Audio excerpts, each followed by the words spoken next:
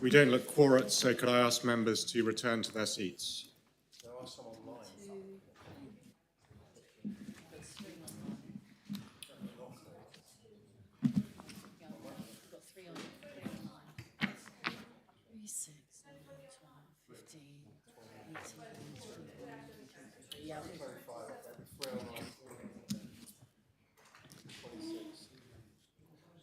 Very well. Before we resume the debate on the States Funds Amendment Regulations, I have to draw to members' attention that we have a problem with the clocks timing speeches in that when they are switched on, they disrupt the voting system. We consider the voting system to be more important than the clocks, but rest assured, members, that your speeches will still be timed by the greffier and there will be a bing once we get to the 15 minutes. So we will resume the debate on the States Funds Regulations, and Deputy Miles was about to speak. Thank you, sir. I can assure the Assembly that I won't need a bing because I'm not likely to get to 15 minutes. I could try. I'm standing to speak on behalf of the Corporate Services Scrutiny Panel and as the main respondent for this proposition. So the proposals deliver decisions already agreed through the recent budget 2026 to 2029 and forms the legal foundation for the government's Investing in Jersey vision. So the panel first reviewed the creation of the Jersey Capital Investment Fund during its review of the budget, and we provided findings and recommendations at that time. And we supported the principle, recognising it as an important step towards stronger long-term planning. But we did emphasise the need for clear governance, transparency and sustained political commitment. And the panel has presented detailed comments which reflect its detailed observations on the proposals.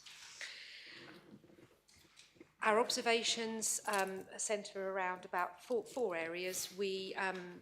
Our review of the budget highlighted that the current consolidated fund is weakened, working capital demands exceed available balances, the fund is in effect cash negative and historical buffers have been depleted.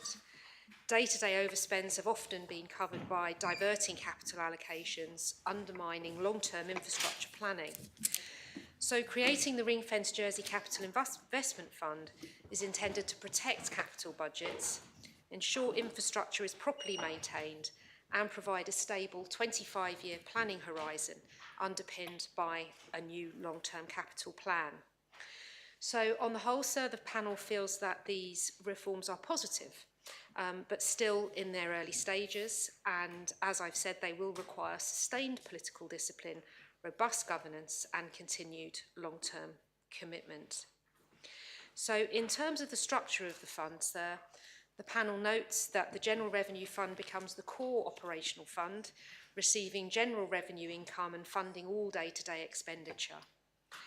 The Capital Investment Fund will hold capital assets, fund capital and asset-related expenditure and receive rental income, capital receipts and approved borrowing.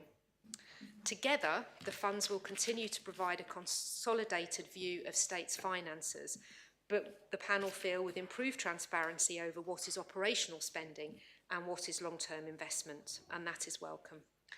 The panel notes that stronger budgeting discipline will be required. Day-to-day spending must be met through general revenues. Capital investment must be funded through the Jersey Capital Investment Fund, and the Central Reserve will need to be rebuilt to provide adequate flexibility and contingency. Importantly, sir, the panel considered the governance, controls and recharging safeguards. As we've heard, funds in the Jersey Capital Investment Fund will be ring-fenced. They cannot be moved out by ministers. Only the Assembly can approve any movement of funds, and capital underspends will remain within the fund.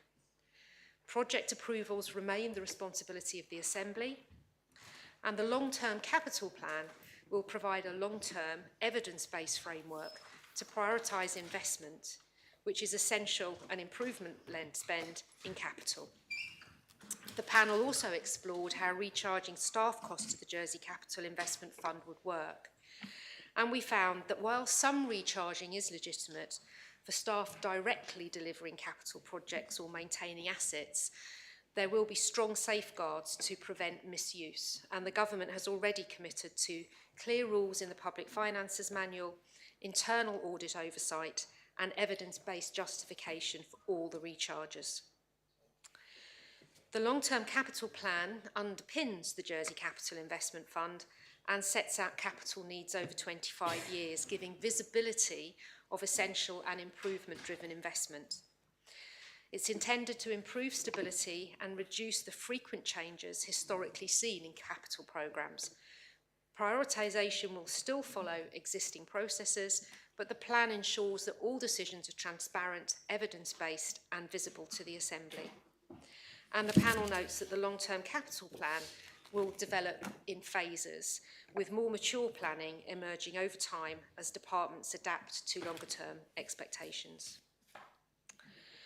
So the draft regulations do not prescribe how the Jersey Capital Investment Fund will be funded, so it will be down to future assemblies to decide the level of political ambition for long-term investment, whether to reprioritise spending, seek efficiencies, or consider alternative funding sources.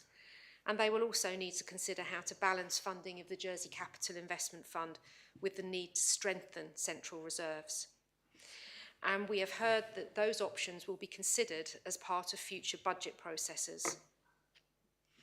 In terms of fiscal measures and an operating balance, as we've heard, the creation of the fund changes how the operating balance is assessed. Instead of considering depreciation alone, the new framework will look at the operating position after a base transfer to the fund, representing the minimum investment needed to maintain public assets. And the panel understands that this produces a stronger triple lock for sustainability. Number one being income surplus, the second lock covering the cost of depreciation, and the third ensuring sufficient capital investment through the baseline Jersey Capital Investment Fund transfer. So the aim is to ensure that budgets genuinely generate the cash required to sustain infrastructure over the long term. The panel also noted some future developments which are outside of this proposition, and several important reforms will need consideration by future assemblies. And that includes the issue that Deputy Rob Ward raised over the multi-year budgeting, likely through a 1+3 model starting from the budget 28 to 2030.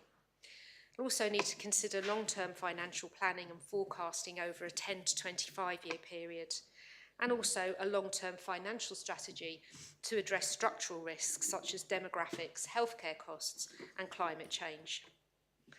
So none of those developments are required for the Jersey Capital Investment Fund to be created, but they are essential to realising the full vision of investing in Jersey.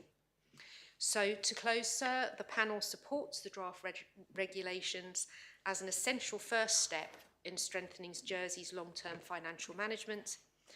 The draft regulations provide the needed legal structure for the Jersey Capital Investment Fund, but detailed governance arrangements and future policy choices will determine their effectiveness.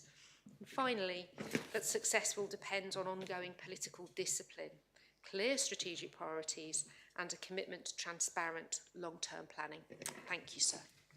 Thank you, Deputy. Does any other member wish to speak on the principles? If no other member wishes to speak on the principles, then I close the debate and I call upon the Minister for Treasury and Resources to reply. Thank you, sir. Sir, I think I only really have two observations to make. Firstly, Deputy Ward has questioned our proposals or our thinking about medium-term financial planning for revenue spend and capital spend. We are fairly clearly of the view in Treasury that is the only effective way to minimise spend going forward. It is a decision for another day. It's the next Assembly. We'll have to consider that later this year. But I would say, for example, we've all seen quite a lot in the press recently about charities wanting multi-year funding. And the only way government can really guarantee the provision of multi-year funding to charities is by moving to multi-year funding itself. So, but as I say, that's a question for the next Assembly. I would like to thank the Chair of the Corporate Services Scrutiny Panel for what, of course, was a balanced, effective summary of the position, and I am grateful for her comments and for the panel's support. So, sir, I move the principles and call for the appel. Call for the appel. The appel's been called for. I ask members to return to their seats.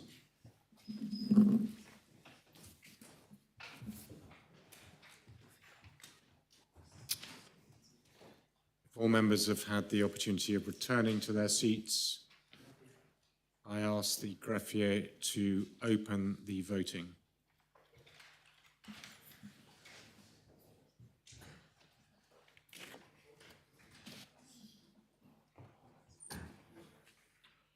If all members have had the opportunity of casting their votes, I ask the greffier to close the voting.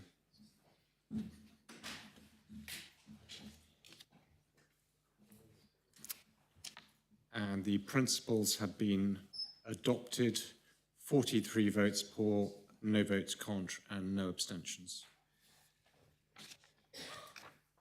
Does the Corporate Services Scrutiny Panel wish to scrutinise this matter? No, thank you, sir. Minister, do you wish to propose the regulations in second reading? Yes, please, sir, and if I could propose en bloc, please. I could give a very, very quick summary if that would be helpful, or... It's up to you. I'll do that, sir, seeing as I'm here.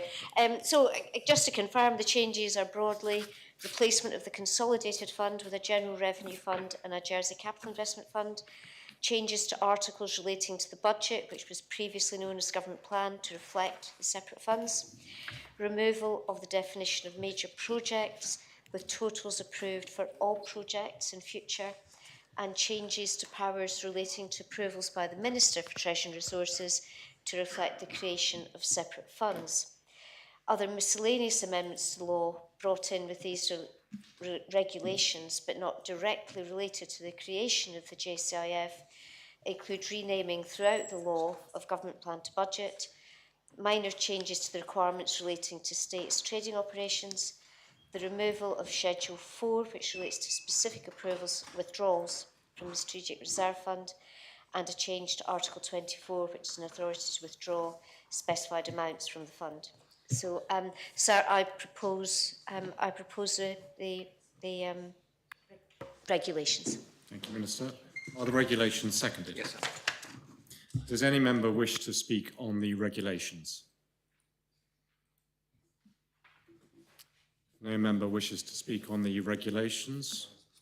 Then I close the debate. Minister, do you wish to reply? No, thank you, sir. Thank you. Those members who are in favour of adopting the regulations, kindly show. Those against? The regulations are adopted in second reading. Minister, do you wish to propose the matter in third reading?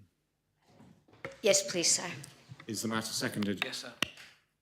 Does any member wish to speak in third reading? So I just wanted to thank the Minister, Treasury team and all the officials who have worked, and scrutiny, of course, who have worked to deliver the final part of the Investing in Jersey programme, which is an important and long overdue long-term programme for considered investment in the island's infrastructure and future, sir. Thank you.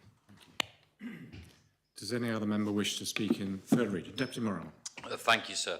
And I thank the Treasury Minister for bringing forward this proposition. There's no question in my mind, I've said it in this Assembly many times over the past 8 years, Jersey has failed to invest in its infrastructure appropriately over the past, since the turn of the millennium, in my opinion. And this capital investment plan and programme and fund, I should say, sorry, is genuinely, as the chair of the scrutiny panel said, a very good first step. One of the things I particularly find important about it is that it enables, it should enable greater discipline in the future to ensure that ministers and the Council of Ministers do ensure that money is put aside for capital projects and is not sucked into services, because we cannot deliver services properly if we do not have the appropriate infrastructure around them. The failure, in my mind, to invest in capital within the island and Jersey's infrastructure over the past 25 years has led to, in my opinion, lost economic opportunity, and therefore most likely has hindered economic growth over the past 25 years. This is something that now I'm really pleased that this government is bringing this programme forward, because we can start to turn that tide and we can start to invest, and future States Assembly assemblies will be able to invest with greater certainty, providing the relevant sectors, most notably the construction sector, with a pipeline and certainty around that pipeline as to the work that needs to be done.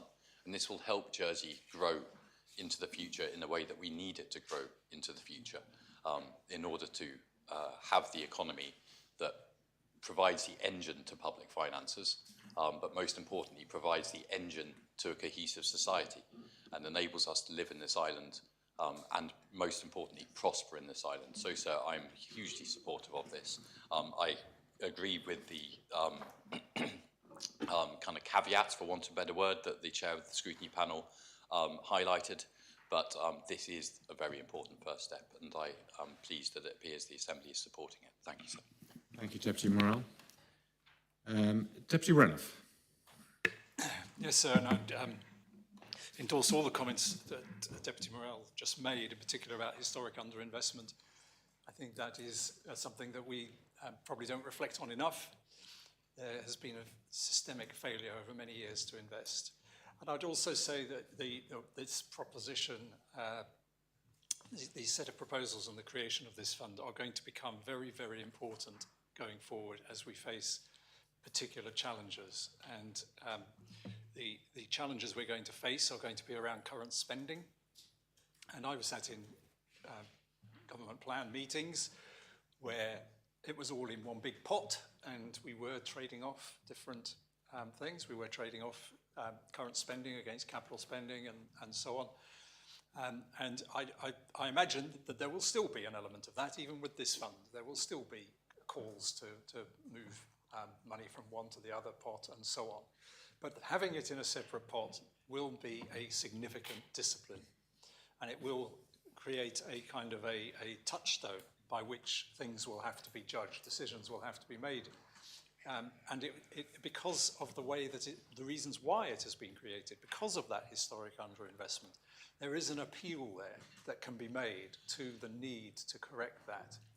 But the next government will face significant spending challenges. Without wishing to go over old ground too much and be too political about it, I'll try and keep it neutral. The next government will face considerable spending challenges around the fact that there are spending commitments that will be very difficult to sustain without either cuts somewhere or increasing revenue, because the funding sources are either short-term or relatively uncertain. And in that context, I think that the capital investment plan is also particularly important, because it will put a little bit of an arm around those crucial catch-up investments that are needed, and say, you may have that problem with current spending, but you do need to think very hard before you raid this capital fund. And I think the direction of travel is clear and it's good, and that's why I support it, because it will increase the pressure for budgeting over the current spending, over ongoing spending, to be disciplined as well. And the 1+3 years budgeting, I think, will feed into that as another part of the same process.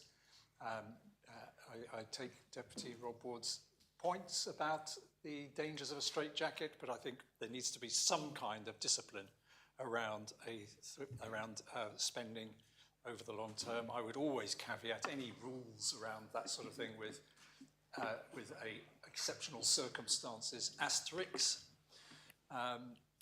We can agree any rules we like, but if we go into recession, the situation is different, and we will have to respond to that accordingly. But as a basic principle, business as usual, we should have a separate capital investment fund. We should put our arm around it and say it is for that, and that it has a very important function, and a particularly important function because of historic failures. And we should use it as the springboard to try and introduce more discipline into our current spending plans as well. So yes, I'm happy to support it in third reading. Thank you, Deputy Renouf. The next member to speak is Deputy Scott. Thank you, sir. I do wish to point out that there has been infrastructure investment in certain places in certain ways, in particular, in our airport, which probably is more sophisticated than airports in many other quite developed jurisdictions. Andium has invested lots in housing, and there's been investment through in our telecoms as well. And the point I want to make there is that this is the result of a kind of siloed or a kind of disconnected funding model that probably needs to be reviewed itself going forward in conjunction with the use of this fund, which seems to be there to fill a gap. But we have to basically ask ourselves, and I hope the Minister might comment on this, whether the funding models where we've got that users tend to pay for these current infrastructure developments, whether that is the best one, and whether there actually needs to be a bit more of a holistic review in this area. Thank you. Thank you, Deputy. The next member to speak is Deputy Tadiou. Thank you, sir. So I also welcome the establishment of this fund. It's not just the fact that Jersey hasn't invested or anticipated the need for this kind of investment, but also that I think the depreciation of assets also hasn't been really accounted for, fully understood previously, and I think that also needs to start to happen more regularly. So one thing I wanted to raise, I know we are in the third reading, is how this might affect assets that are owned or by the states but in the custody of ALOs. So the two that immediately spring to mind, but there will be others, are the Opera House and Elizabeth Castle, but other castles are available, although only one really, I suppose. Other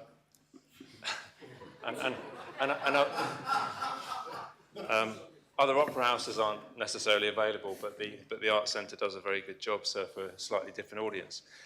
So the reason I raise that is that these, certainly when it comes to the Opera House and the castles, sir, I remember having conversations with Jersey Heritage, and they say to us, look, these are your assets, these belong to Jersey, we are just the custodians of these for you. So ultimately, when work needs to be done on these, the government needs to pay for them. You can't expect Jersey Heritage to pay for them. And I think we also need to make sure that we don't find ourselves in the same situation in the future where we were with the Opera House. A lot of money was spent on it, and a great job has been done on it during this term, and it has reopened, sir.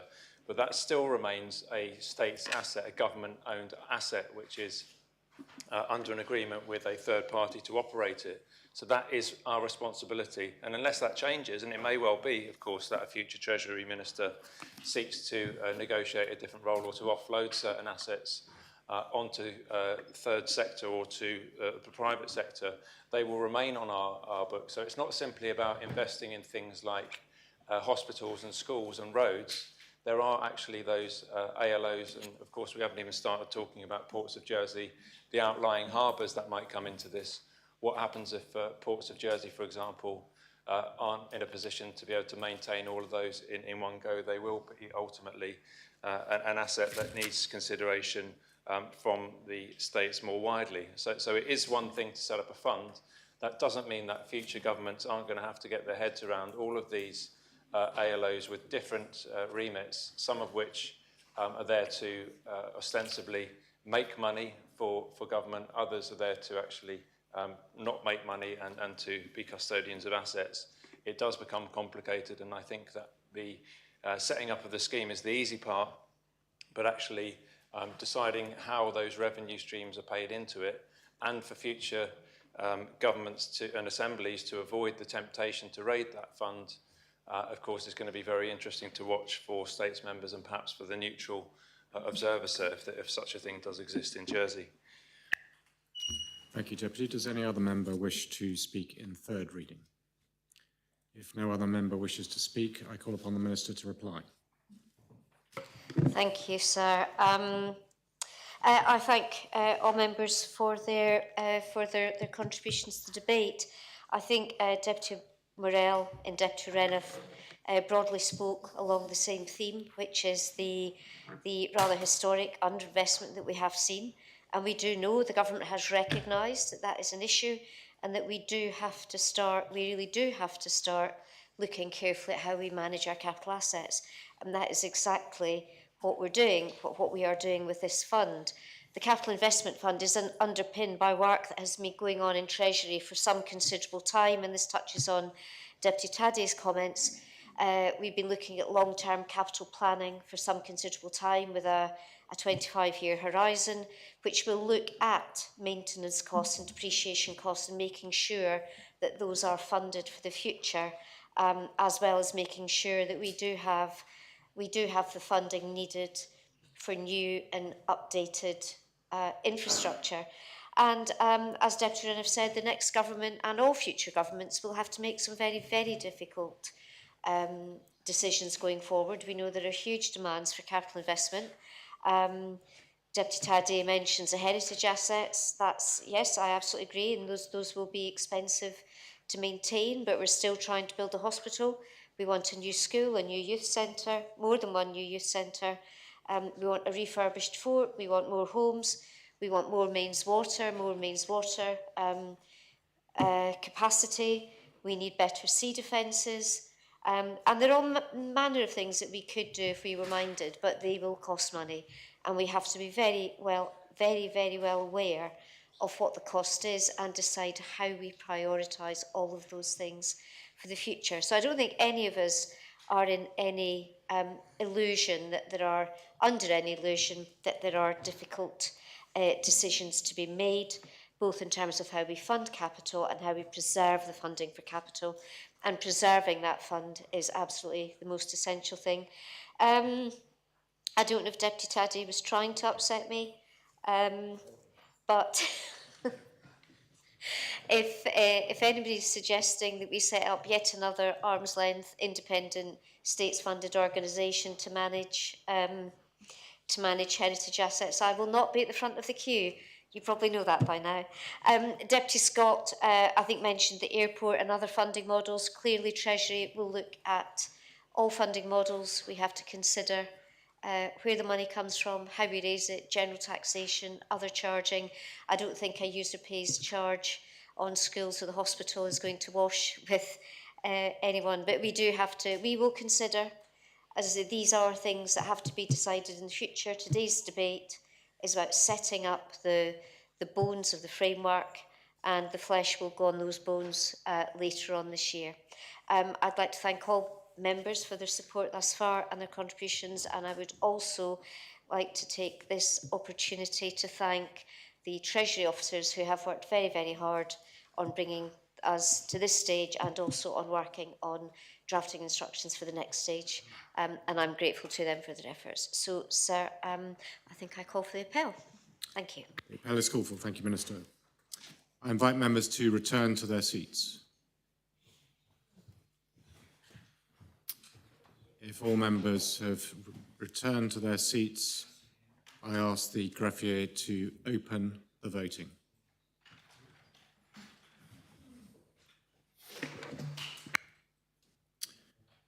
Members have had the opportunity of casting their votes. I ask the greffier to close the voting.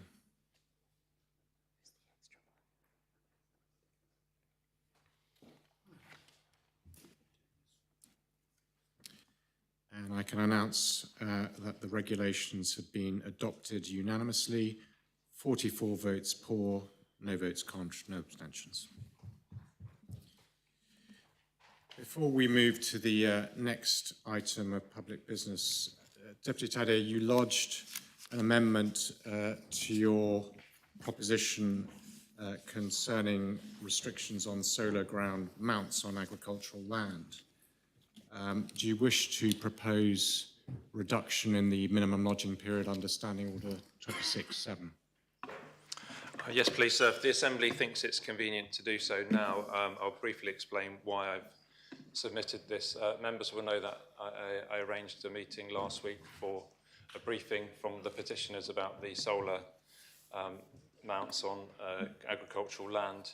And following that, there was some feedback. I also took into account the Minister's comments, and I believe that this late amendment would probably allow for a more nuanced debate, which is less, how shall I say, absolutist in the prohibition, so it removes the idea of prohibiting the solar panels and replaces it with a presumption against. So I think it does allow for more flexibility. I've taken on board feedback from members who would seem to be more accommodating with that, sir, and I believe it's in the public interest to reduce the lodging period, sir, because I think it would allow for a more rounded debate, and it does reflect public concern, sir. Thank you, Deputy. Is the proposition seconded? Does any member wish to speak on the proposition? If no member wishes to speak on the proposition, then those members who are in favour of reducing the lodging period kindly show. Those against? The lodging period is reduced. So we move on to the next item of public business, which is the Draft Director Disqualification Sanctions Jersey Amendment Law, P25, which has been lodged by the Minister for External Relations. The main respondent is the Chair of the Economic and International Affairs Scrutiny Panel, which is Deputy Tadier, and I ask the Greffier to read the citation. Draft Director Disqualification Sanctions Jersey Amendment Law 2000, a law to further amend the Companies Jersey Law 1991 and the Limited Liability Companies Jersey Law 2018. The State, subject to the sanction of His Most Excellent Majesty and Council, have adopted the following law. Minister.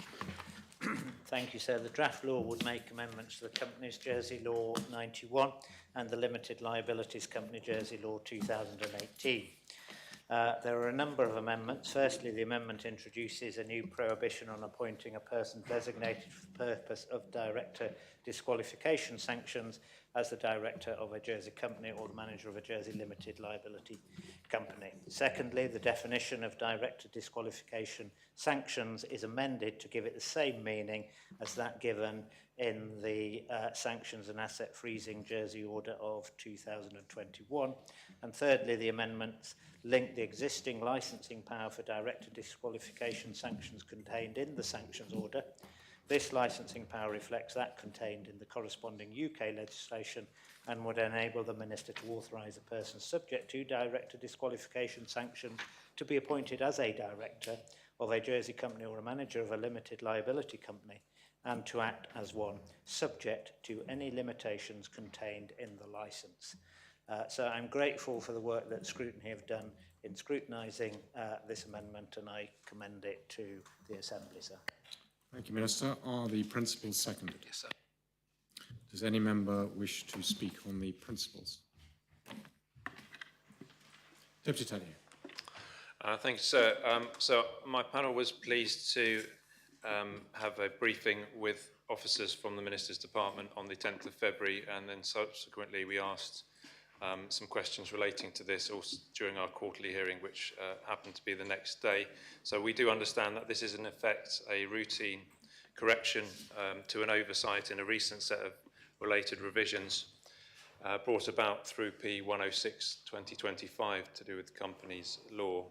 It was approved by this Assembly in January and provided for the automatic removal of a director of a Jersey company or a manager of a Jersey limited liability company who becomes subject to a UK director disqualification sanction, but it didn't at the time contain provisions for a person subject to a designation from being appointed to those positions. So the proposition, if adopted, will extend the prohibition to include appointments.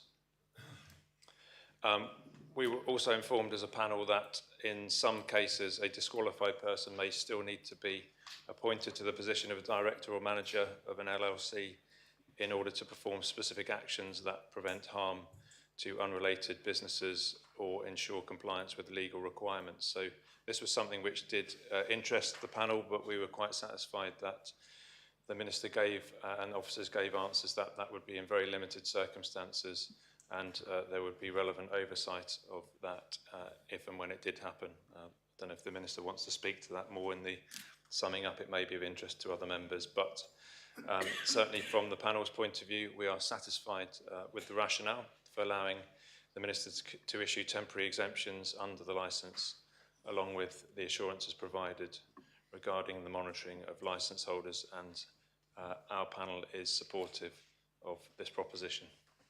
Thank you, Chair. Does any other member wish to speak on the principles? If no other member wishes to speak, then I close the debate and I call upon the Minister to reply.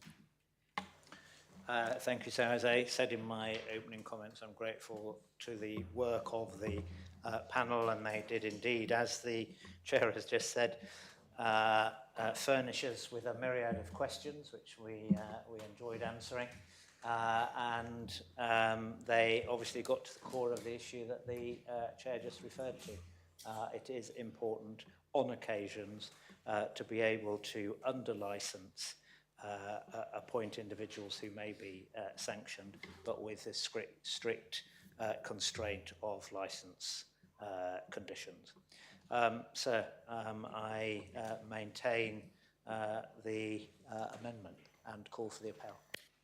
Appel's called for. I invite members to return to their seats. If all members have returned to their seats, I ask the greffier to open the voting.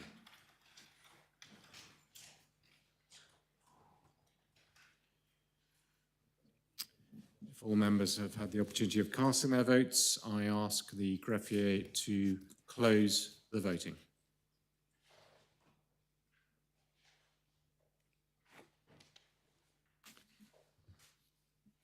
And the principles have been adopted unanimously, 44 votes for, no votes contra, and no abstentions. Minister, how do you wish? Oh, yes, the Deputy Tadier, does the Economic and International Affairs Scrutiny Panel wish to scrutinise this matter? No, thank you. Minister, how do you wish to propose the articles in second reading? If I may propose them en bloc, sir, they are as I described in the principles. Thank you. Is that seconded? Yes. Does any member wish to speak on the articles in second reading? If no member wishes to speak, then I close the debate.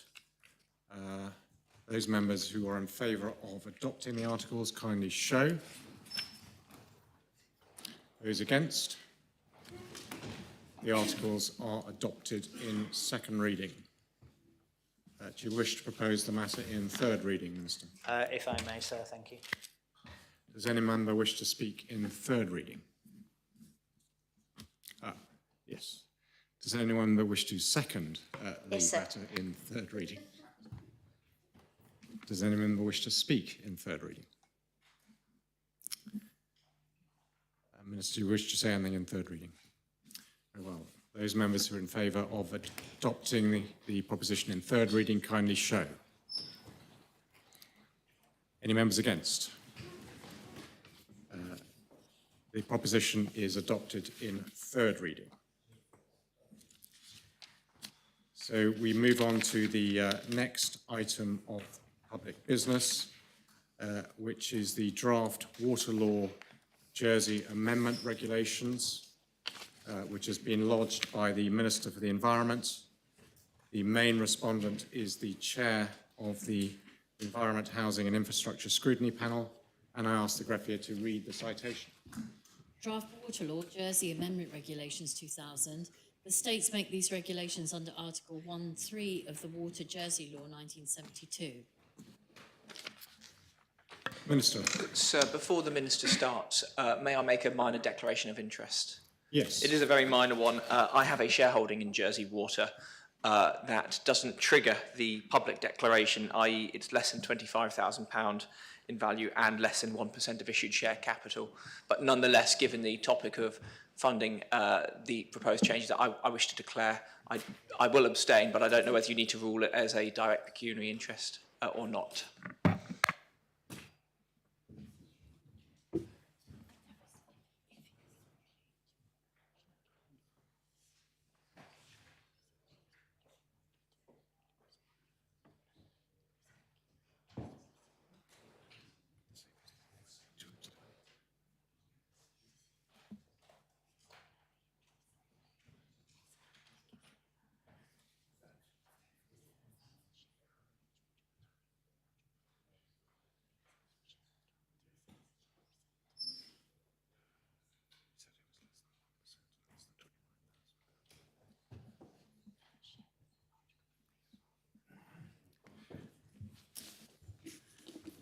Thank you, Deputy Alex Curtis. In view of the modest size of the shareholding, we've noted the declaration, but you don't need to abstain or refrain from participating in the debate. Any other declarations? Very well. Minister, do you wish to propose the regulations? Yes, sir, thank you. Sir, very few islanders will not have heard of PFAS, a group of man-made chemicals that can have adverse health effects. In this debate on the principles, I'm seeking the support of the Assembly to set a standard in relation to the level of PFAS in the mains water supply and to specify a date when this new standard will come into effect. This is a matter of public confidence. Islanders are aware of PFAS. They are aware of the risks. They expect us to act on the best available evidence, setting a clear standard and a clear time frame to achieve it. We can provide assurance that this issue is being addressed with the seriousness that it deserves. I was asked earlier in the sitting, sir, why I did not consult on this amendment prior to lodging, and I will reaffirm my response now. I gave a ministerial commitment to bring forward a robust regulatory standard for PFAS in Jersey, and I was conscious that had I not lodged, we would not have had the opportunity to debate this important matter before the election. I believe that the time to discuss this is now and not in 6 months' time with a new government. I appreciate that there will be many views and the debate will bring forward many options and opinions. There will be some questions currently unanswered and more clarity could be sought. But this Assembly floor is the precise place to have this debate, and I have faith that we will arrive at a decision that is the right one for our island. But let me say a bit more about PFAS, the focus of our deliberations. Jersey is not alone in facing PFAS challenges. Many countries are already tightening limits and taking actions, while others have started their research and policy development. In fact, members may have seen the programme on ITV on Sunday evening focusing on the residents of a small village, Bentham, in North Yorkshire, where high levels of PFAS have been found located near a firefighting foam manufacturing facility. PFAS have commonly been used in industrial processes and consumer products globally for several decades and are now present in the environment worldwide. Due to their chemical structure, they are highly resistant to degradation processes and they persist in water, soil and other environmental media over long periods of time. For this reason, they are often described as forever chemicals. Human exposure to PFAS may occur through a number of pathways, but principally through consuming food and drinking water. The potential health effects associated with PFAS exposure are an evolving area of scientific research, and different PFAS are understood to have different properties and effects. The health outcomes that have been associated with exposure to PFAS at high concentrations are an increased risk of developing testicular or kidney cancer, increased cholesterol, reduced vaccination efficiency in children, and reduced duration of breastfeeding in exposed mothers. These health effects are specifically associated with high levels of exposure. For example, for those living around airport hotspots who drank borehole water with levels far exceeding guideline limits. To return to the Jersey context, firefighting foams containing PFAS were historically used at Jersey Airport, and elevated levels of PFAS have been identified in the groundwater in parts of St Wan's Bay and in surface water streams flowing south from the airport. Subsequent environmental island-wide testing has also identified the presence of PFAS in groundwater and surface water streams elsewhere across the island, which is not directly connected to the activities at the airport. While water sources where the higher levels of PFAS have been identified and removed from the public network, such as in St Wan or in Port Moche, The continued presence of PFAS in the environment has prompted consideration of PFAS levels in the public water supply, which I must ultimately regulate to protect users. Recognising the seriousness of PFAS, the Government of Jersey established a specialist PFAS scientific advisory panel in 2023. As with lots of topics in today's world, everyone suddenly became an expert. However, our panel really are experts.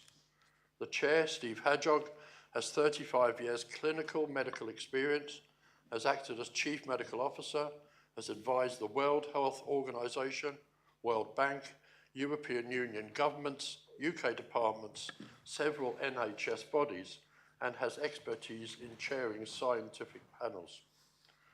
Tony Fletcher is an environmental epidemiologist and professor at the London School of Hygiene and Tropical Medicine, and has for 40 years experience of studying the exposure, biomonitoring and health impacts of PFAS. Professor Ian Cousins is a professor of environmental organic chemistry at Stockholm University with 26 years experience in PFAS research. He leads a research group focusing on understanding the sources, transport, fate and exposure of PFAS in the environment. Together, the panel has reviewed global scientific, medical and public health evidence and literature relating to PFAS. They've heard from dozens of world-leading experts in PFAS over the past 3 years, and they've been on island and met islanders living in affected areas. Sir, the panel works in public, always in public, in the material presented to them and in their deliberations on recommendations and conclusions. Their reports are issued in drafts and they invite islanders' input at each stage. In response to members' concerns yesterday as to whether the panel have considered feedback provided by Jersey Water, the chair of the PFAS panel in the public meeting last Thursday stated that the panel has reviewed all feedback as it came in, using a screening approach to see whether anything warranted a major change, and nothing had triggered a significant change so far, but that does not mean changes could not be made later. They continued to add that their recommendation in terms of the limit and the time frame was based on what has been achieved and is practicable globally. The panel were asked to make recommendations in terms of the appropriateness of setting a regulatory limit for PFAS in mains drinking water in late 2024, when they started their research on environmental exposures of PFAS.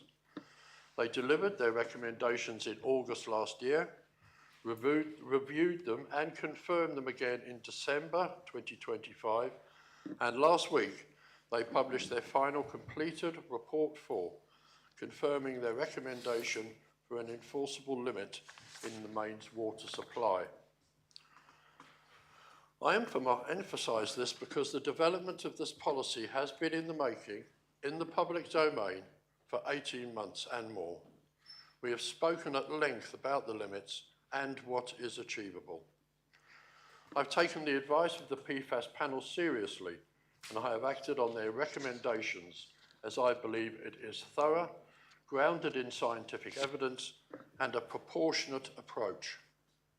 My amendment to the law introduces a new enforceable limit for PFAS in mains drinking water of 4 nanograms per litre for the sum of 4 PFAS to be achieved in 5 years.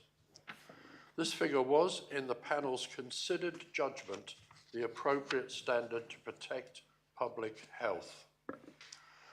We have seen comparable approaches in other jurisdictions where similar limits have been adopted in response to evolving scientific understanding.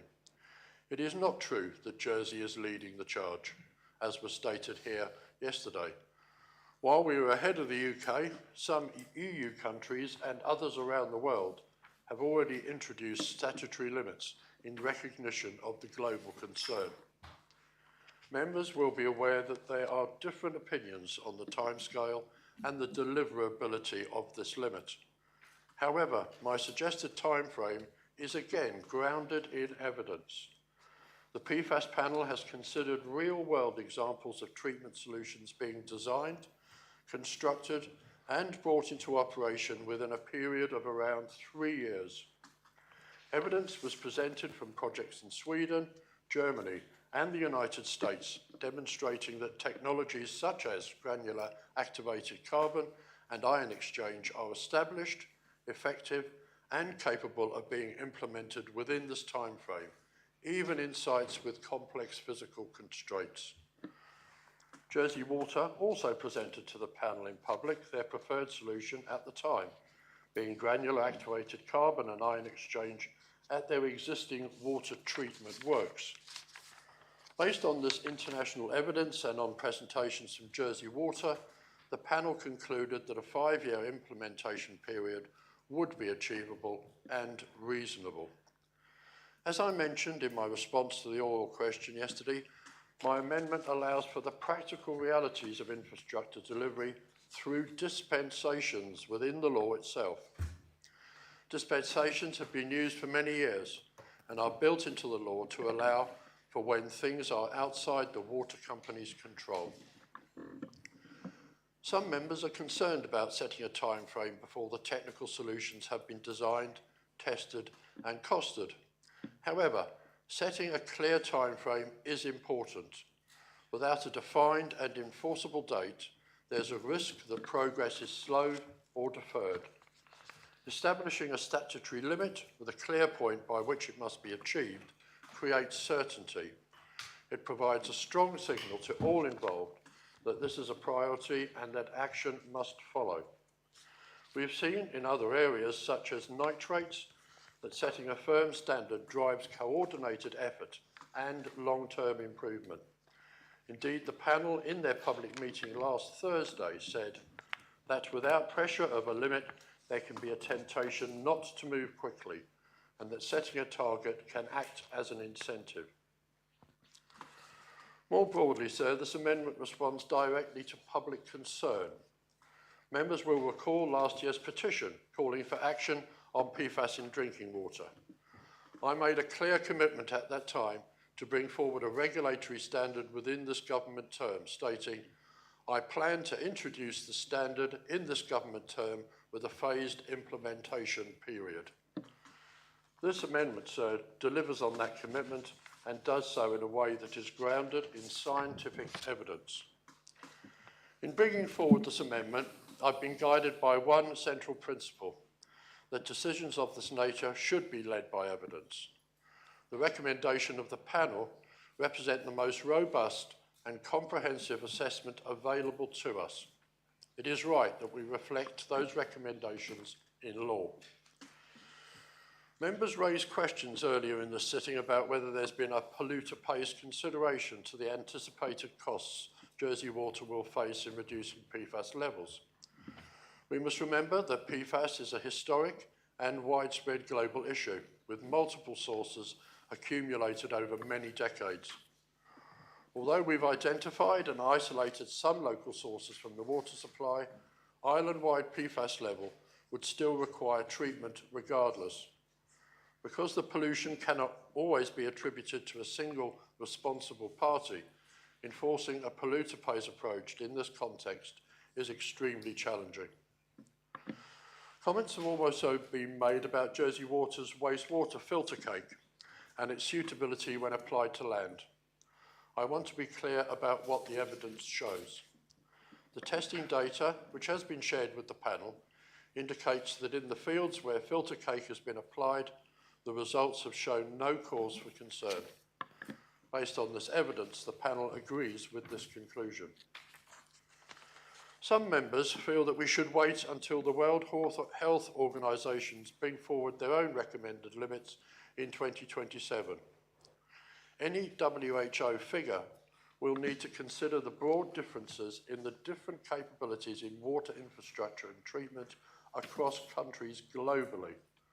As a result, it is likely to be a limit that all countries could achieve, and therefore one higher that is recommended to us by the PFAS scientific panel. The first principle of the WHO guidelines is that member states should strive to achieve concentrations in drinking water that are as low as reasonably practical. And this is what the PFAS panel have considered for Jersey in setting a drinking water level which is evidence-based, health-driven and practical. So I should quickly set out the key principles of the law. The regulatory framework for the quality of water supplied to the public is set out in the Water Jersey Law 1972. For the purposes of the law, the Minister for the Environment is the regulator, and water quality standards intended to protect human health are described as requirements for wholesome water. The law provides for the standards that define wholesome water to be set out in schedules and allows for those standards to be amended by regulation. This enables new substances, additional parameters or revised limits to be introduced where appropriate without the need for primary legislation.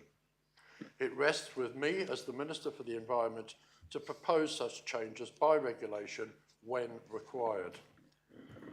At present, sir, there are no statutory standards in the law for PFAS in Jersey. In the absence of local regulatory limits, Jersey Water monitors PFAS in the public water supply by reference to standards in other jurisdictions to ensure the quality of water supplied to consumers. Jersey Water's public water supply currently meets existing United Kingdom and European Union guideline values for PFAS. These draft regulations would introduce a statutory standard for PFAS in water supplied to the public by Jersey Water by amending the schedule to the law. The schedule currently includes a table of chemical parameters together with their permitted maximum concentration or value and units of measurement. The proposed PFAS standard, including a date when it would come into effect, would be added to the schedule within the existing table. Put simply, members, if we fail to set limits and associated timescale for implementation, we are effectively sending out the message that we are not taking PFAS seriously. It's my view that we need to get moving on this. Action is needed to safeguard the health of islanders and provide them with long-term assurance in relation to the quality of Maine's drinking water. We cannot be in a position, surely, where an increased risk to health has been identified, where we have an expert panel making recommendations on how best to proceed, and where we then fail to put forward measures to safeguard islanders, many of whom are very worried. I ask for members' support in concluding this principal's speech, sir. Sir, can I ask a point of clarification from the Minister? Certainly, sir. The Minister said that the report that was produced was the final report. Can he clarify that? Because my understanding was it was the final version of the interim report and the final version would be produced later in the year. I wonder if he could be absolutely clear about that point. Minister? Yes, sir, I am sorry if I inadvertently misled this assembly. The report that was produced from the panel last Thursday was the final draft report. That draft report has been circulated to all stakeholders so that islanders can input into that report before the panel finally publishes for the last time in a few weeks' time. Thank you, Minister. Are the principles seconded? Was that a yes? Yes. Yeah. Does any member wish to speak on the principles? Deputy Jeune. Sorry, Deputy Gardner, you recorded your light first, in fact, so Deputy Gardner. Okay, thanks, sir. And I did second because I would like to congratulate the Minister for bringing this amendment to the Assembly in this term, sticking with his commitment to the public and to the Assembly and standing firmly in this belief. Today is the first time this Assembly has been asked to place a legal standard on PFAS in our drinking water. And that matters for me because once standard is written into law, it defines what is it considered safe. It's in the law.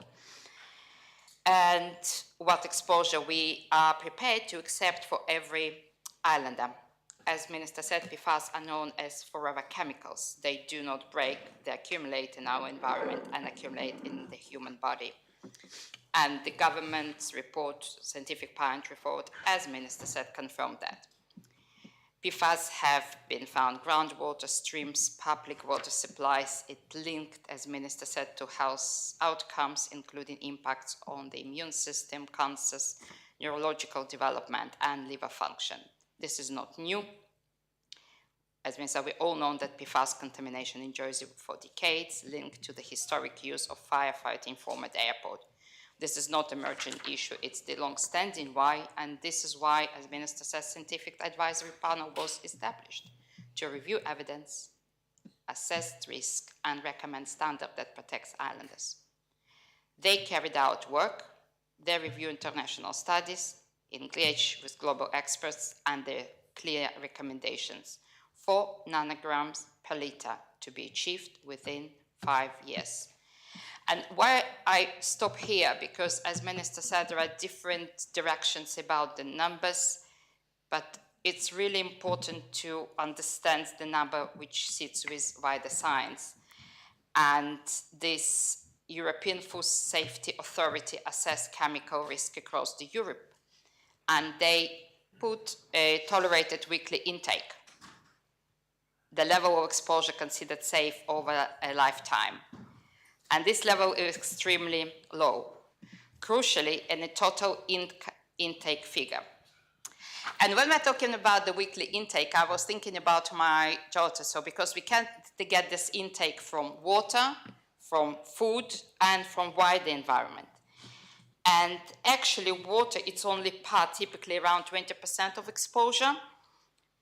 And when we set the standard for water, it's really important because a large share of total intake, how much our body will intake safely, because we'll still will get PFAS in our body. If the PFAS in our water higher than panel recommended, it's really little room left for anything else, for food and other impact of PFAS of the environment coming into our body weekly. And this is why panel recommendations are met, and this is why I'm really congratulate Minister sticking with clear panel recommendation as 4 nanogram.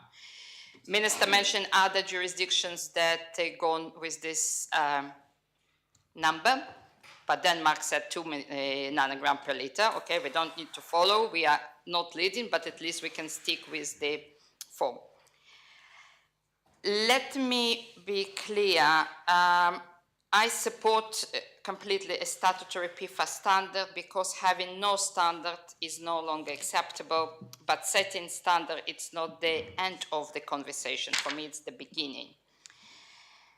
And it's important, if we regulate at this level, the data that underpins, and this is why I'm raising here because we progress with the debate, it must be accessible and open to scrutiny. And it must extend beyond drinking water. Wastewater and disposal pathway also matters because PFAS does not disappear, it moves, and we need understanding, transparency where it goes. And the question, so today the PFAS doesn't wait, PFAS continue to be there, and the question that we are acting now, it is accumulated in soil, water, and other bodies, and impact not evenly distributed. Minister mentioned various health implications. Impact is not even. They fell hardest on children, pregnant women, elderly, and those with weakened immune systems. We're also seeing trends that should give us pause. More children require additional support than before. I'm not saying that PFAS is the sole reason and cause, but there are growing evidence linked between early life exposure to impacts on the development. And when science moving forward is concerned, especially for children, the responsibility, we cannot delay the response. We've been told the cost may be significant, but even within the supporting materials, that there are different solutions that can be cheaper. I couldn't be seen that they have been yet fully assessed. The final approach is still uncertain, and we are being asked to accept a high exposure level now based on costs not yet confirmed, using a solution that not yet decided. And this is not evidence-less policy. There is another path. We must support today the minister, and within 5 years, I hope it will be delivered. But we don't need to wait for all 5 years from my perspective, and this is why I want to raise it here, because if it will raise during the debate, to the single large infrastructure solution, there are areas that we can act now. For example, targeted filtration in schools and public buildings, protecting those that most at risk. 2 schools have already taken this step. That shows that it's possible and that progress can begin immediately. It's not about choosing between action and affordability, it's about choosing where we act first. And we also need to reflect how we engage with the public, and Minister always was there engaging with the public. The people who raise concern, it's not the problem to manage. They're part of the conversation, they engage, and that engagement matters because it reflects something important. Islanders care about their health, their environment, and decisions we make in this assembly. And for me, I would like to, before I'm finishing, read clear expectation. It's another minute.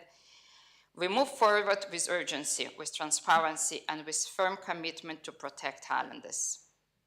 That we act before risk become consequence. And because when it comes to protecting Islanders, acting late, it's still acting too late.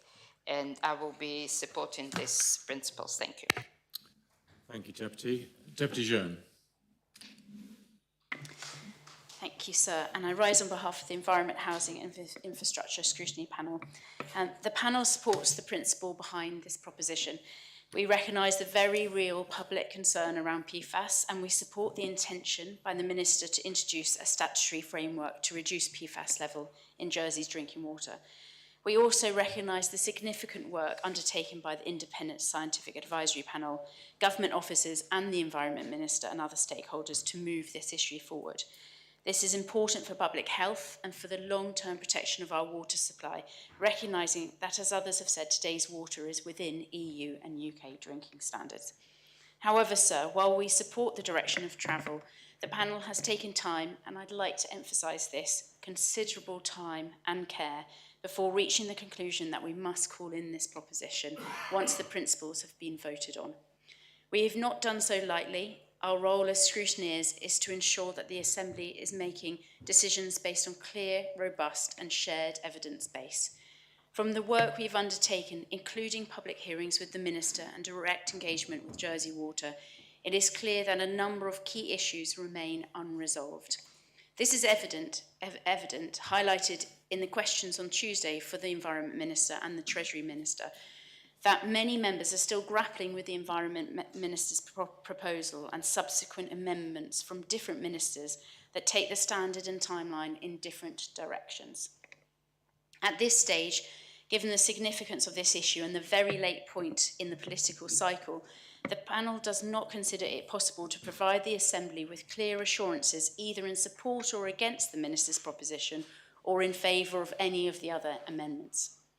I would now like to highlight some key elements of the panel's comments paper and set out the evidence and understanding that we've gathered to date. Firstly, the proposed standard.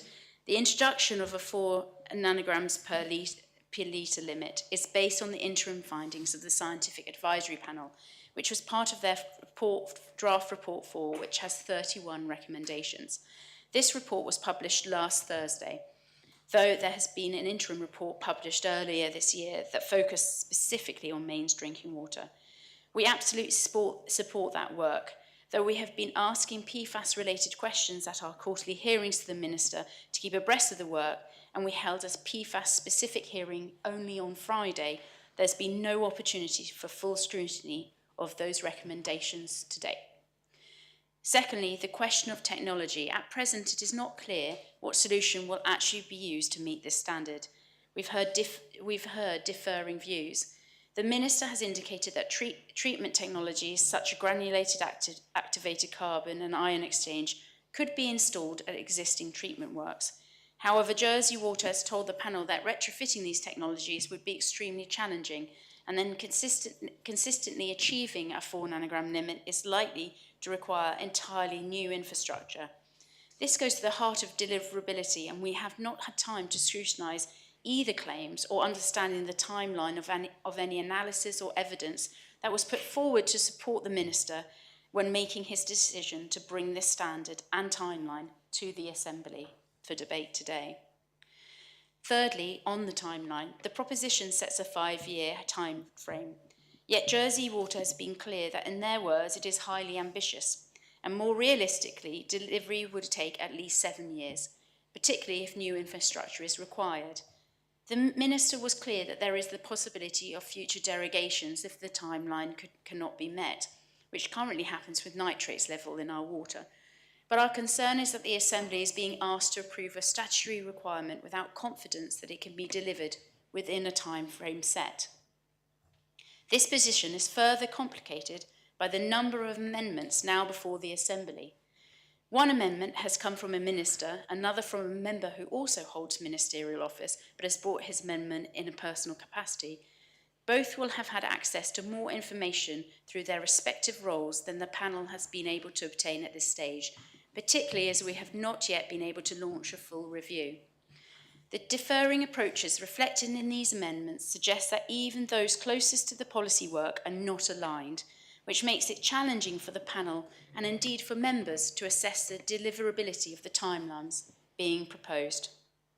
Fourthly, funding. At present, there is no agreed funding mechanism. We have heard very different cost estimates from tens of millions to potentially over 200 million. There is also no clarity on who will pay, whether government borrowing will be required, or what the impact will be on islanders' water bills. These questions are fundamental to informed decision-making. Fifthly, alignment and clarity within government. As mentioned already, the panel notes that amendments have been brought forward which reflect differing views on the appropriate way forward. While we do not currently comment on the merits of individual amendments, their existence highlights that there is not yet a single, clearly agreed pathway, especially when uncertainty is also reflected in the evidence we have received. Finally, in the wider picture, PFAS is not an issue that can be solved through water treatment alone. It requires a whole island approach, including monitoring, prevention, land use management, and engagement with multiple sectors. The Scientific Advisory Panel itself makes this clear, and as we have heard, PFAS unfortunately is everywhere.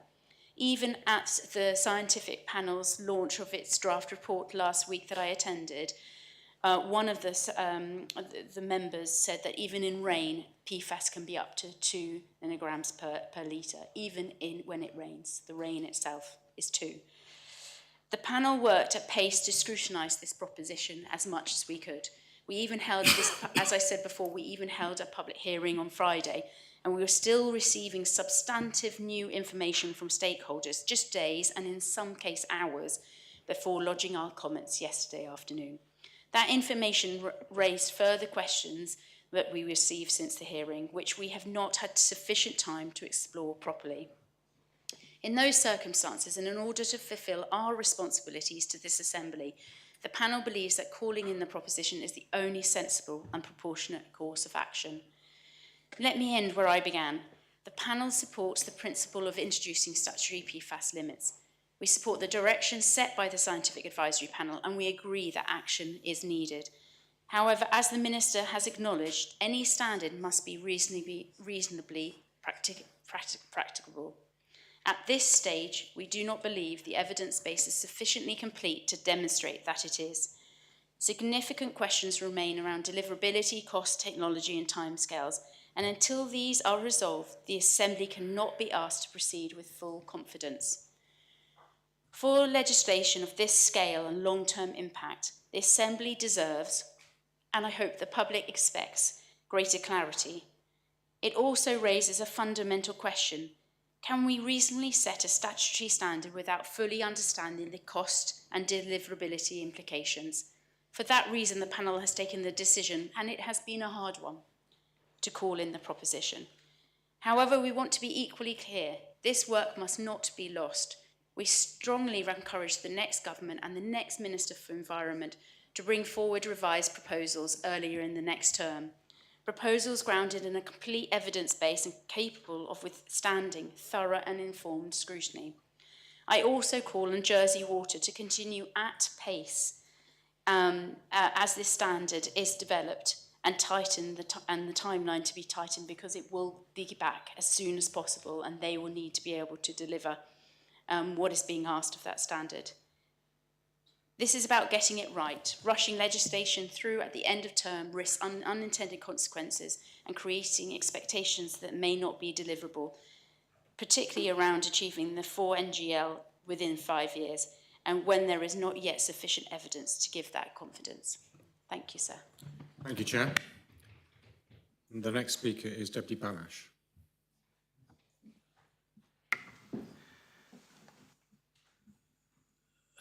So I would like to begin by thanking the scrutiny panel for an excellent and very helpful report. And I quite understand the decision which they have made to call the regulations in if the principles are adopted. My problem is whether the principles should be adopted, because I am not clear what those principles are. Is the principle that we should have a statutory limit of a certain level of nanograms per litre in the water supplied by the water company? If so, I would obviously support that. Or is it that in principle there should be a limit of 4 nanograms per litre, as recommended by the expert panel? And if so, again, I would be inclined to vote in favour. My problem is that the Minister says the principles are different. The Minister says he wants to set a limit and specify the date by which it should be brought into force. And that's critical for me, because, as we know, there are a large number of amendments which won't be debated, which touch upon that. The issue is more complicated, actually, than that. The recommendation of the expert panel was not just that the limit should be 4 nanograms per litre, but that it should be implemented, and I quote, as soon as reasonably practicable, ideally within 5 years. And that word ideally seems to have been omitted from some of the text quoted in the Minister's report. The panel has not made any specific recommendation as to timing, except that it should be done as soon as practicable. But that question of practicability involves questions of technicalities, i.e., what is the best way to do it? And finance, what is the cost? And none of those has really been considered by the Minister.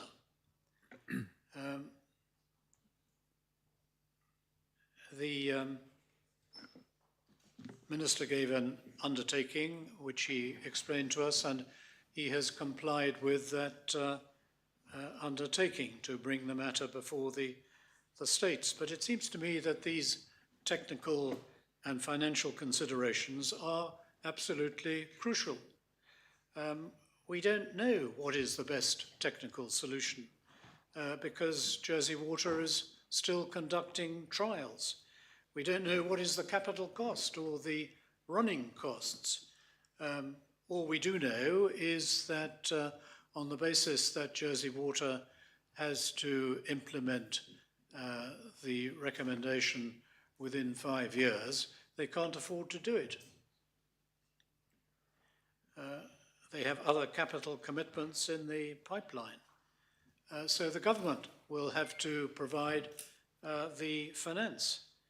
So I'm not clear why the statement at the end of the Minister's report states that there are no financial implications for the government. Seems to me that there are very substantial financial implications for the government if it has to borrow £200 million in order to back up Jersey Water's obligation to carry out this work within a period of 5 years. I don't think that we should be voting for the imposition of a statutory obligation upon Jersey Water within the time frame suggested by the Minister, which is the critical part, in the absence of this missing information. Jersey Water is a well-run local company. It's committed to the principle of reducing PFAS in the mains water as quickly as possible. It does take its PFAS obligations seriously. If we approve the principles of these regulations, what is the company going to feel obliged to do? The principles, as the Minister tells us, are to carry out this work within the time frame specified in the regulations. We're not dealing with any of the amendments. It's the principles concern the time frame specified in the regulations. And that seems to me to place the company, Jersey Water, in a very difficult position. They have a decision of the states which says that within 5 years they have to bring the PFAS level down to 4 nanograms per litre. Do they ignore that on the basis that the rules of relating to the elections will require the regulations to fall? But there's still a resolution of the states which is on the record. I would have liked the Minister to, he's fulfilled his obligation. He's brought the matter to the states. I would have liked him to withdraw these regulations, withdraw the principles. But if the Minister is not prepared to do that, I would like him to make it clear that the principle that we are debating is simply one of imposing an obligation upon Jersey Water to bring the PFAS level down to 4 nanograms per litre, but without a time frame. If the Minister is prepared to do that, I would be inclined to vote for the principles, but otherwise I fear I shall have to vote against them. Thank you, Deputy. Does any other member wish to speak on the principles? Deputy Reniff and Deputy Bina. Thank you, sir. I want to start with a positive message, and I hope members will forgive me for a light-hearted comment on a serious matter, because there is some good news regarding PFAS. It comes from the meeting held last week to introduce the scientific panel's latest interim report, which I attended. Members will know that PFAS is ubiquitous. It's everywhere in our world. It's in our food, our clothes, and so on. But if you're worried about PFAS levels in Jersey Water, there is a way to reduce your PFAS exposure. According to the panel, the secret is to drink vintage wine. Vintage wines from, let's say, the 1960s and earlier were made before PFAS became ubiquitous in the environment. So as long as you stick to the oldest and most expensive vintages, you should be fine. I do accept that there are some issues around social justice. Perhaps the Social Security Minister could look into making 1945 Chateau Mouton Rothschild available as a social security benefit. Which we'll get over it. Not enough bottles left, the expert in the corner there says. But to get to the main point, To get one thing out of the way, I support the principle that we should set a standard, and I support the scientific advisory panel's judgment that the 4NG, let's just call it NG, 4NG standard is a good one to set for Jersey. It's demanding, but I think that that is a fair standard to aim for. However, I am not at all certain about the timetable. In fact, I'd go further. So this is a hot mess. It's a political hot mess. Let us recall, the Minister has conceded that he essentially bounced the Chief Minister, the Council of Ministers and Jersey Water, not to speak of the Assembly and the public, into not just the 4NG standard, but the 5-year timetable. In my view, the 5-year timetable should be based on the most rigorous analysis of the trade-offs between a precautionary public health principle and the practicalities and costs of achieving it. That this has not happened is blindingly obvious. The Minister has relied on I think an invented principle that it's his job to set the standard as a regulator and the matter of cost is not his business. That is not how it works. Regulators always have to consider cost.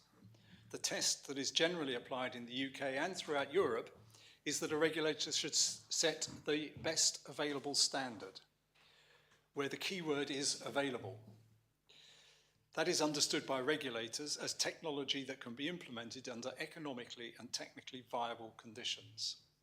A regulator, in general, cannot simply require the best or most advanced technology imaginable in any timetable they fancy. It must be something the sector can realistically adopt without being rendered economically unviable. That's a core principle in setting regulatory standards. The Minister has tried to argue that he was led to believe that it wouldn't cost 150 million to 200 million to meet the 4 nanogram standard in 5 years, and that the necessary treatment could be provided by adapting existing plants. But he was told about the likely costs by Jersey Water in the middle of last year. I'll come back to that in a moment. But first, let us look at where we are today. The Minister has based the 5-year timetable not on the draft final report by the Scientific Advisory Panel, which is the point I just clarified, but on the final version of the draft report. The Scientific Advisory Panel's report has not been finished. In particular, the draft report does not take account of feedback that the panel have been given since the draft report was submitted a month or two ago. Since the first version of the draft report was submitted a month or two ago. I was at the meeting that the Minister mentioned, and he was not. So I presume he is relying on a report from officers who were there when he says that the panel had taken into account feedback from Jersey Water. That isn't quite what was said. What was said was that they screened feedback for significant impacts and didn't change their view. They did not confirm that they had seen the Jersey Water report and considered it and rejected the argument. A small distinction, but I think an important one. Because that feedback from Jersey Water includes detailed information from them about the true costs of meeting the 4 nanogram standards within 5 years, or at least what Jersey Water consider to be the true costs, or 4 years and 9 months, as it actually now is. Both at that meeting, both Jersey Water and I asked questions of the panel. Jersey Water asked whether it was appropriate for the panel to make their recommendations without taking into account feedback on their first draft, the feedback from Jersey Water that challenged the panel's argument that 4 nanograms in 5 years was possible. The chair of the panel accepted that the criticism had some validity. He admitted they had acted under pressure to meet a deadline. His rationale was that it would get confusing if they kept changing recommendations between drafts. He confirmed that all comments, including those from Jersey Water, will be considered and acted on for the final report. But of course, that final report is unfortunately due out after we finish. So, to be clear, we are being asked to make a decision before the report is finished. I asked what had led the panel to 4 nanograms and how committed they were to 5 years. The answer was that it was a compromise. The phrase the chair used was, the panel went back and forth. Some thought faster, some thought slower, which is interesting, isn't it? The panel weren't sure. It was a compromise decision. Fair enough, but we should know that. What did they rely on in making? So I see there's no timer on, I'm slightly concerned. You are still being timed, Deputy. Sorry? You are still being timed. It would be helpful to see. What did they rely on in making their choice about 4 nanograms in 5 years? They relied, as the Minister said, on subject experts in other countries.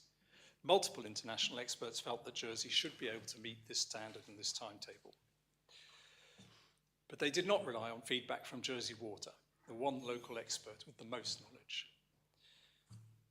That wasn't entirely their fault. They were asked to produce an interim report, and they judged that given the timetable, they didn't have time to consider all the feedback. And the Minister referenced their view, which is correct, and I certainly heard them say it, that unless a timetable is imposed, there is a temptation for slippage. That's a fair point. But I do want to make a brief point about other jurisdictions and how they met their tough standards. There are several reasons why that is not necessarily so relevant to Jersey. Other countries have much greater land area, so new water treatment plants are easier to site and easier to deliver.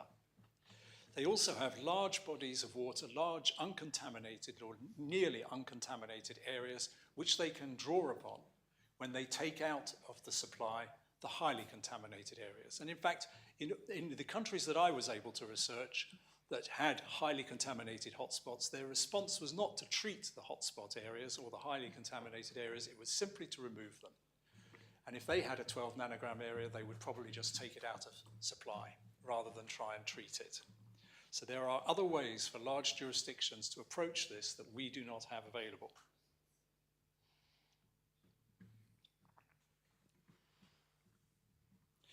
I said I'd return to the question of the Minister said yesterday that the costs he was told about by Jersey Water in the 150 to 200 million bracket, that he felt they were based on 2 nanograms. Jersey Water have sent a letter to scrutiny, it's public now I believe, which makes it clear that he was presented with the 150 to 200 million figure in the context of the 4 nanogram limit at a meeting on August the 11th last year. And I challenge the Minister to release that presentation because I think it'll prove my point. As far as I can see, it is simply demonstrably not true to say that he was not told of the potential cost of treating to a 4 nanogram standard within 5 years last year.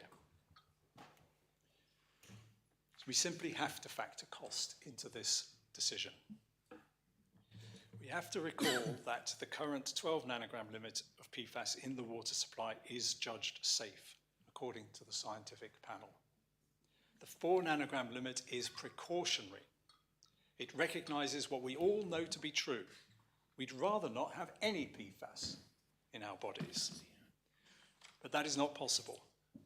So we should drive levels as low as we can in case future evidence emerges that suggests that our current 12 nanogram levels do represent a public health issue. The risks around PFAS are a little similar, I think, to the situation with particulates in the atmosphere. There are a class of microparticles known as PM2.5s that are produced by combustion, particularly, for example, the combustion of diesel in vehicles. PM2.5s are closely linked to various lung ailments, and they are also exceptionally long-lasting and in some cases permanently retained in the lungs and in the body.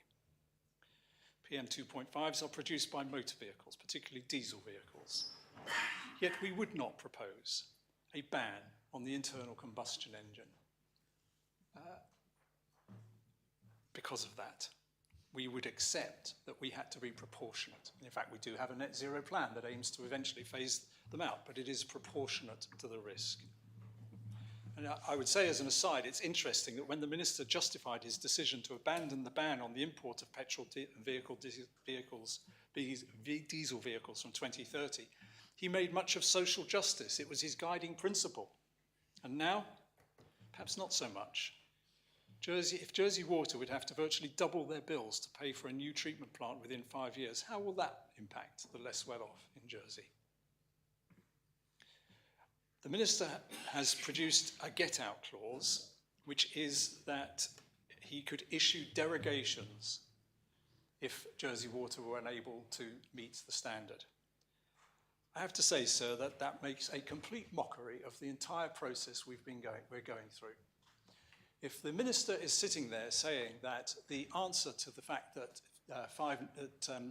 5 years is too difficult is, well, I'll just sign a piece of paper saying they can ignore it anyway, then what on earth are we doing? Why are we bothering with all of this? Why, we could set a standard for tomorrow. No, derogation, doesn't matter. I think it is not a reasonable argument. So in conclusion, I hope I've still got time, 3 minutes. I want to place on record my immense gratitude and thanks to the Scientific Advisory Panel. They were appointed when I was Minister, although I obviously wasn't involved in their appointment. And I have been consistently impressed with everything they have, their conduct, their work, the way they have handled public meetings. I think they have been tremendously impressive. And my guiding principle has been to follow what they say. But this is an arbitrary timetable imposed by a minister to meet a self-imposed deadline. The promise to do something is meaningless if the something is bad policy. We are simply not in a position to decide the best way forward at the moment. I cannot say whether we should choose Deputy Miller's amendment or Deputy Binay's, or whether some third proposal might be better. The Minister says our decision should be based on expert advice, and as I say, I support the panel. I have supported the panel. Yes, it should. But when we get to this assembly, it is not just the expert scientific advice. Otherwise, there would be just a straightforward pass-through from the panel to legislation. We are here to apply our judgment, and that involves looking at the bigger picture, the wider picture. The costs and feasibilities are critical, as are the bigger picture in terms of other investments that may need to be made to expand water supply. For example, I'm told that raising Val de la Mar Reservoir would be a £300 million investment. If you add that to PFAS, we could be looking at £500 million of investment in water within the next 5 or maybe 10 years. We need to understand this in terms of the bigger picture. Think about it this way. If we were not facing an election, if this proposition had come in a year ago, would it have been called in by scrutiny? Of course it would have. The chair of the panel is absolutely clear. The panel do not have enough information to make recommendations. The way forward is clear. I take on board Deputy Balash's point. He is concerned what is meant by the principles. I remember asking your predecessor, sir, about what is meant by the principles. And the answer, to paraphrase, I may be being slightly unkind here, is they're slightly what you want them to be. The principles are the intent behind the whole proposition, as I understand it. I am content to vote for the principles on the basis that it is a 4 nanogram limit and that there should be a timetable set. What that timetable should be, I think, is a question that we should consider, or that another assembly should consider, when they have more information in front of them. So for me, the way is clear: past the principles to indicate the way forward, the direction of travel, the principles involved, with a strong caveat around the timetable, but go no further until we have that information. Thank you, sir. Thank you, Deputy. The next member to speak is Deputy Tom Binay. Sir, there's a couple of things. Just forgive my naivety, but can I just check that if we establish these principles, those principles do carry on to the next assembly? So it would be that we've got a fixed timetable and a limit, or does the whole thing start again? The decision of this assembly is not binding on the next assembly. Not in the least. Okay. I think from a technical point of view, I'll come to my point in a second. The next thing I need to deal with, sir, is conflict of interest. And I'm sorry, we've got a very busy week, and I'm sorry if this is a bit tedious, but as members will know, a lot of emails get circulated about the businesses that Deputy Binay and I are involved with. The first thing that's been levelled at us is that we're benefiting from the position, the stance we've taken on PFAS, because a business that we've got sells PFAS filters. Well, I just want to declare openly that I made some inquiries over the weekend. I think over the last 18 months we've sold 20 under the sink units with a retail value of £6,000 or £7,000. I think that would be, in relative to the company's turnover, that really is de minimis, it's negligible, and we've gone to the extent of stopping advertising them so that there's no appearance of conflict of interest. Today, all members will have received another email accusing us of selling agricultural chemicals containing PFAS. We do sell some agricultural chemicals. I think in terms of our total retail, it's less than 0.5% of turnover, and I've no idea which of those chemicals, if any, contain PFAS. They may. I've been getting people to try and inquire. They can't find any evidence of PFAS at the moment, but there might be some PFAS. I venture to suggest that we sell an awful lot of things that contain PFAS. So I just ask for you to confirm whether you're comfortable for me to carry on.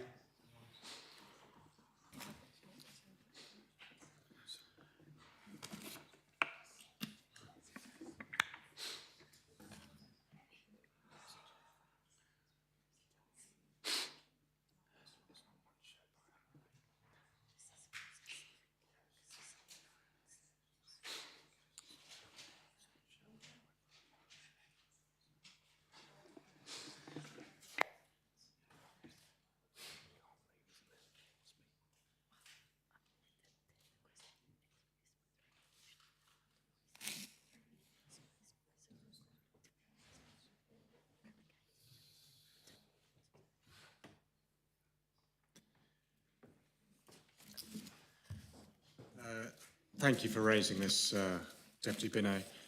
I think in view of the fact that you have a very specific interest, which is not shared by a wide section of the population, I think under our rules you do have a conflict of interest.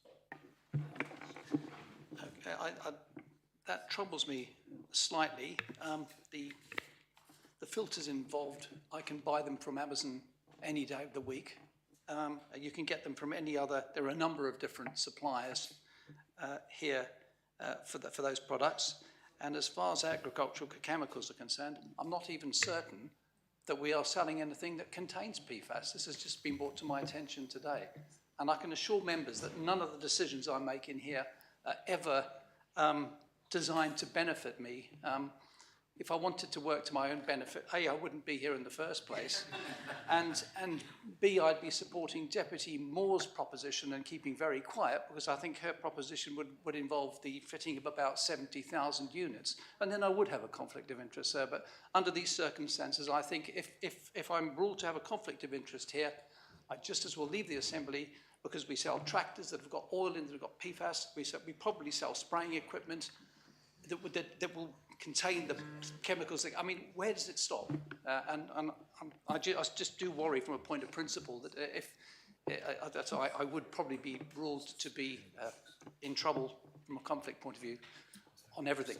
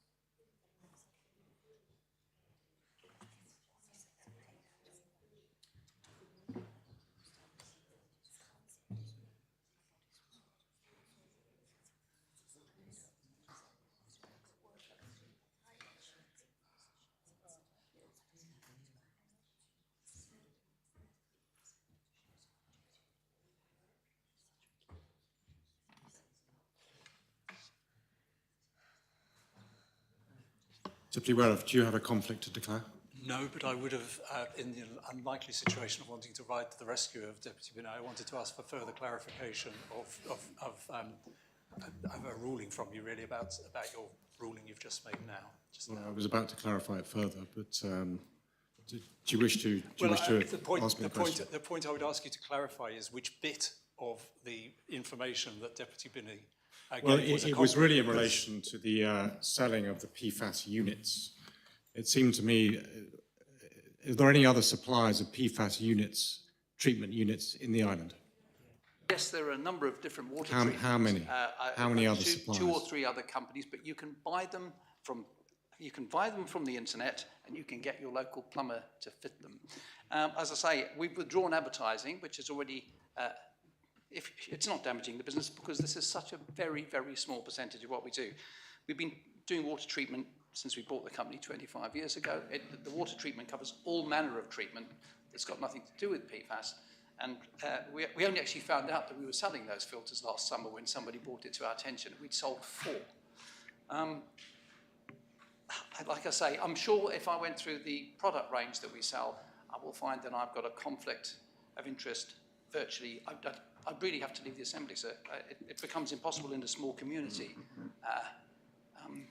Thinking about it, I think we might sell some protective clothing to the infrastructure department. We did at one point in time, I'd have to check. But we've made these declarations in our standard declarations, and I think everybody knows. Well, if you've made the declaration... Well, the declarations have been made at every stage throughout the course of the ownership of those companies, the shareholding.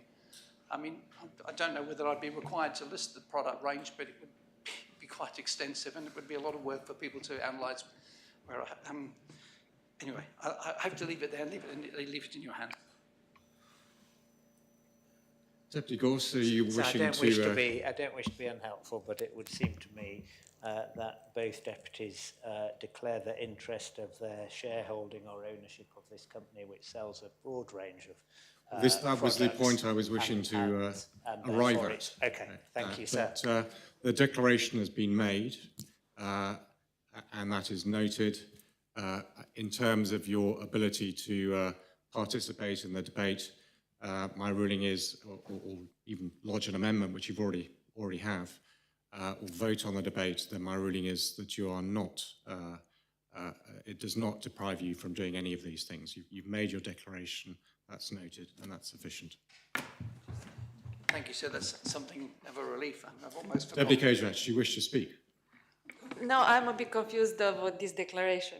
Oh, sorry. He has declared ownership in a company. No, for myself, if I need to declare anything or not, given that this could be in the food of the restaurant that we run, or it's confusing. So it's up to you to rule. I think if you're aware of anything specific that you're concerned about, then raise it. But Deputy Tom Binet and Rose Binet's declaration is that they own a company that sells certain products such as PFAS units or some agricultural chemicals that may contain PFAS. That they've made that declaration, that is noted, and that is sufficient. It does not deprive them of the ability to participate in the debate or vote on the debate. I hope that's clear. Very well, Deputy Binet, please continue. Thank you, sir. Even though this doesn't look like it will carry forward, I think if we're voting on principles, we need to be clear. I think Deputy Jeune outlined things very, very accurately in her speech, and that was backed up by some very helpful comments from Deputy Bulloch and indeed Deputy Renouf. But I have to make it clear that it's not the appropriate time to do either of the two things that are tabled here, to set the limit or set the timetable. Because if you set a limit and you extend the timetable, what you're still doing is you're obliging Jersey Water to make a decision that requires a long installation time frame, which means it has to commit to a methodology before it's carried out its trial work. And if it did end up being £100 or £200 million, that decision has to be made soon. No amount of derogations at a later stage are going to rescue anybody. It might give them a bit longer, but they've then committed to that exceptionally large sum of money. What my amendment did, all it did was to suggest that we give Jersey Water the time to do their trial work so that we can make an informed decision about what equipment can deliver any particular level of PFAS contamination, and then make the decision based on those two things. So we know what level it could deliver and how much it's going to cost. With the sums of money involved, I'll make no apology for that. Like everybody else, I want to have clean water for myself and for my family. From a selfish point of view, I paid to have my own PFAS levels tested, and they're actually quite high, the second highest of the people that I know that've had a test done. So I have got a conflict of interest there. I want my PFAS levels to come down. But it isn't by setting a level at this stage and a timetable at this stage. For me, let Jersey Water do the trial work. We own 60% or 70% of Jersey Water.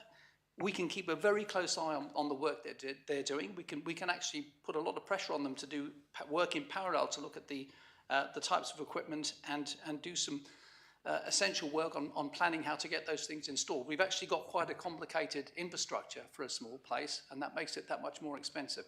All of these things have to be taken into account. And as I say, I think Deputy Jeune highlighted all of those things. So I would urge members, if we're establishing a principle, even if it's just from a discussionary point of view, we should be clear about what we're doing, and we should not pin ourselves down to either of those things at this point in time. Yes, at some point in the future, of course, but not now.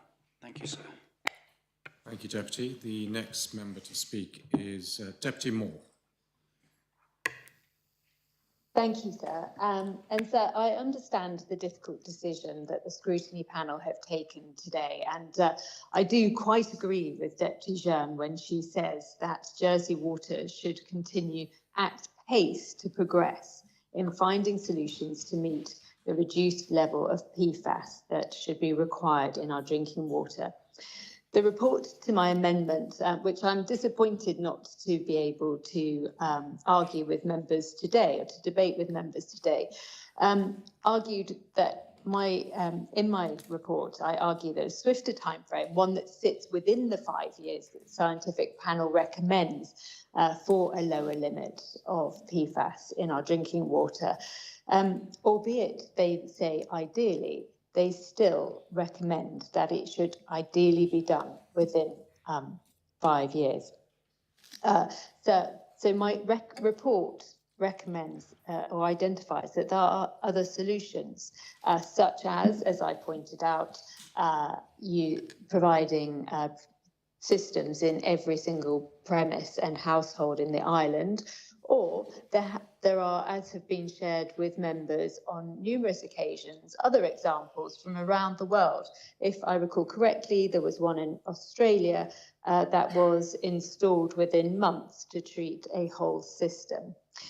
Jersey, sir, has had confirmed knowledge of contamination since 1985, with the originating events traced to 1984. That is over 4 decades of awareness. Therefore, the timetable is critical, and we must, as an Assembly, take action in order to protect the health and well-being of islanders. PFAS is not, sir, a theoretical risk. They're persistent bioaccumulative chemicals already present in our water, our environment, and in human blood, as Deputy Binet just referred. The science,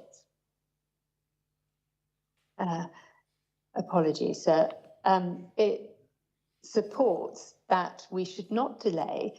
The science supports that we should intervene in protecting human health. And I hope that members will support the Environment Minister in his principles today, because this is a critical matter. I would also agree with Deputy Renouf that the suggestion of derogations do, however, make a mockery of agreeing these principles today. We should consider and be very aware of the derogations that have been in place for many, many years on nitrate levels in our water. And I regret that those remain in place.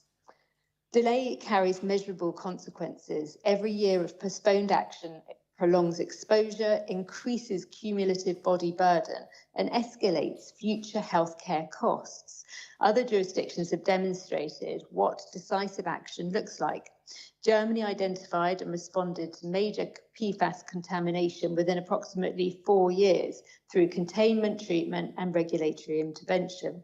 The science panel itself recognised the need for urgency, recommending implementation within a defined timeframe aligned to health-based thresholds.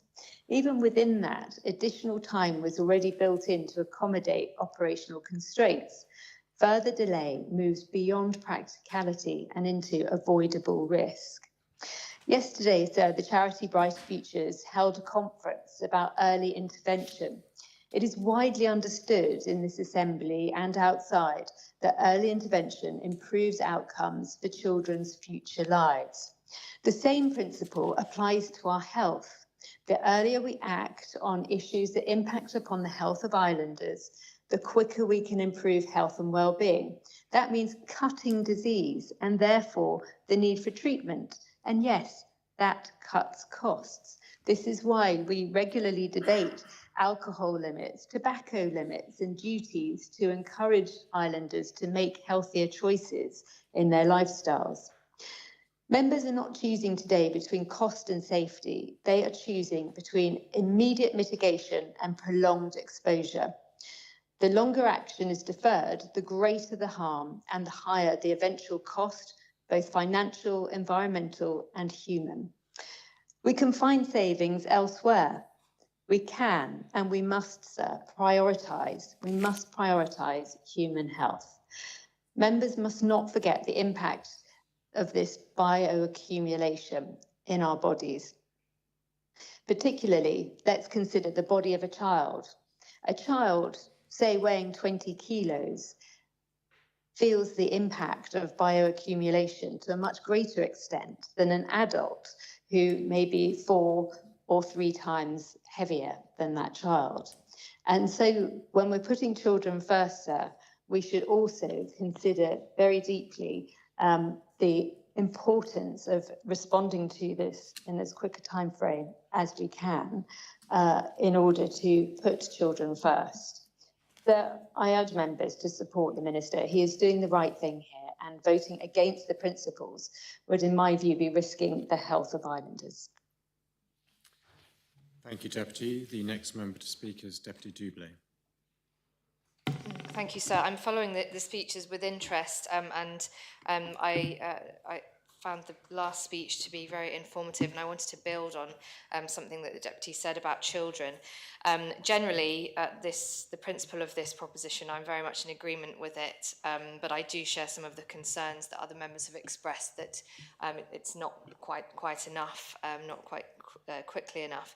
And Deputy Moore mentioned nitrates in water as well, and this is something that I asked some questions about in, I think, my first sitting as a States member, and I focused on children in that question, actually. And when we talk about safe limits, this is something I really hope that the scrutiny panel, as I understand they're calling it in, I really hope that they'll cover this, because the scientific advisory panel has mentioned this in their, I think, report 3 on the testing and monitoring of PFAS in the human body, that PFAS is present in breast milk, and that nevertheless women should still be encouraged to breastfeed because the benefits far outweigh the risks. But what I couldn't find in that reporting, and I stand to be corrected if it is mentioned elsewhere, is the impact on infants who are exclusively bottle fed, because my understanding of PFAS is that when you boil water that contains PFAS, it concentrates the PFAS levels in the water. And when parents are making up bottles for their children and they are boiling the water to make the formula for the children, we actually might be feeding children formula that has higher levels of PFAS in it than is in the tap water that it originates from. And that kind of nuance of how people are living and consuming water That's something that we really need to take into account. And as the previous speaker mentioned, look at children first and not just look at kind of average levels across an average person in the population, because children are, of course, smaller as well. Their bodies are physically smaller, so any PFAS exposure is likely to have a disproportionate impact on them. So I'd be grateful if the Minister could comment on any of that, and whether has that been covered by any of the scientific panels? Is that on his radar? And I know the scrutiny chair is listening, and that she'll take that on board with her review. And perhaps one of the solutions in the short term, given that it's clear to me that there are sections of the population who are more impacted by this exposure, perhaps we should be funding filters for pregnant women, because whether babies are being breastfed or bottle fed, their exposure is going to be more impactful, higher and more impactful. So I'd be grateful to the Minister if he could respond to that, and I will look forward to the scrutiny review into this subject. And I wanted to thank actually the campaigners, because the question I asked several years ago about nitrates was prompted by some campaigning that I was contacted by. And I think we never would have got this issue aired in the way that it has been if it wasn't for that persistent campaigning. And I know that some people have spent years actually trying to get this on the political agenda. And I'm also grateful to the states members who have listened and really tried, because it's a very specialist area, isn't it? And it's clear to me that there are some members in the Assembly that have really tried to make it a specialist area and have really understood it and are trying to act. So my gratitude for those efforts. Thank you, Deputy. Deputy Stevenson. Thank you, Sir. I want to start, as I think some others have, by being very clear that I do support the aim of the Minister to reduce PFAS levels in our drinking water and take action based on the work of the Scientific Advisory Panel. And I do have some sympathy for the Minister today, because I know and yesterday as well, actually, and he's getting a bit of a hard time on this, when I do truly believe he is trying to do the right thing here. But there are a few things that I would like to add to this. Some has already been said, so I will try not to repeat that. And I'm glad to see that I'm not the only one who has been feeling uncomfortable with the way this has gone. And I'm pleased to have heard from the scrutiny panel and others, and actually Deputy Balash's comments, which I'll return to shortly, because I think I made it very clear yesterday that I was concerned with that we could, as an Assembly, be getting ourselves into a bit of a difficult place with this when we had so many different sides coming at it from different places, and some concerns about affordability and deliverability. So I think we're going to get to a sensible place with this, but I do still think there's a couple of things that I would like to add at this point, and they may well be things that the next scrutiny panel takes away, the next Minister takes away, but also I think it's important that we have some of these in our minds when we're considering this matter. And I know certainly that when I knock on doors in my constituency, I will be asked about PFAS levels, but I will also be asked about mains water extensions. And the two things actually do link together in this debate. And that's one of the things that one of the points I'd like to make, because when I visited Jersey Water in preparation for this debate, as I know other members did as well, they made it very clear that whatever action they have to take, it's not going to be cheap at all, and that it will mean there's some tough decisions to make. And they were very clear that it may mean that some projects are deprioritised. And Jersey Water currently has a reasonably small pot of money each year for extending the mains water network, and they don't do many extensions each year because that pot is already small.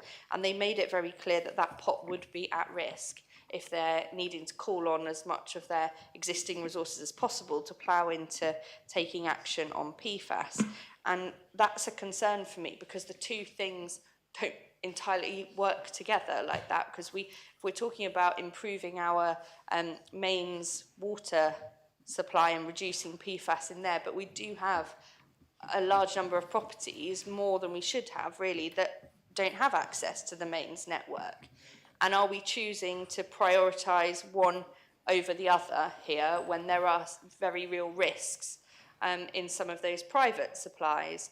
And it's an expensive process for private homeowners to either to add themselves to the network, or, as we've heard from Deputy Binney, to install systems which could deal with it themselves. And I know that there are a lot of people, certainly in my constituency, a number, who simply cannot afford to take those actions. So I've gone a little bit off script there, but that's I think there's an interplay between those two subjects there, and I don't, just ploughing ahead with the drinking water levels, I think we can't forget the other side of it. Those islanders who are on private supplies, and are we still going to push ahead with plans to try and get more people on the mains water, which we're trying to improve the quality of? So I suppose I have a question to the Minister about, is that the way forward? And if so, what help is being considered for those people as well? I was contacted ahead of today by a constituent, and I'm just trying to find my example of it, and they're one of a small number of houses down a country lane about half a mile from the nearest the nearest mains water supply, and they said the cost of connecting themselves to that is completely prohibitive. They just can't afford to do it. And their question, well, they had concerns about, if we're adopting these limits in the mains drinking water supplies, they really worry about the impact it will have on their property, both to do with property prices. Will people want to rent their properties from them? They even use the word that their water will be seen as not being wholesome anymore, even if they do testing to look at it. And they have a real worry there. So their question was, are people like them going to be offered any support or alternatives? Now, they're probably one of the properties that actually it's not going to be realistic to connect them.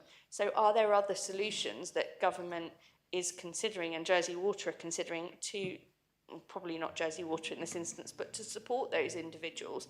Or are we just leaving them to it on their own?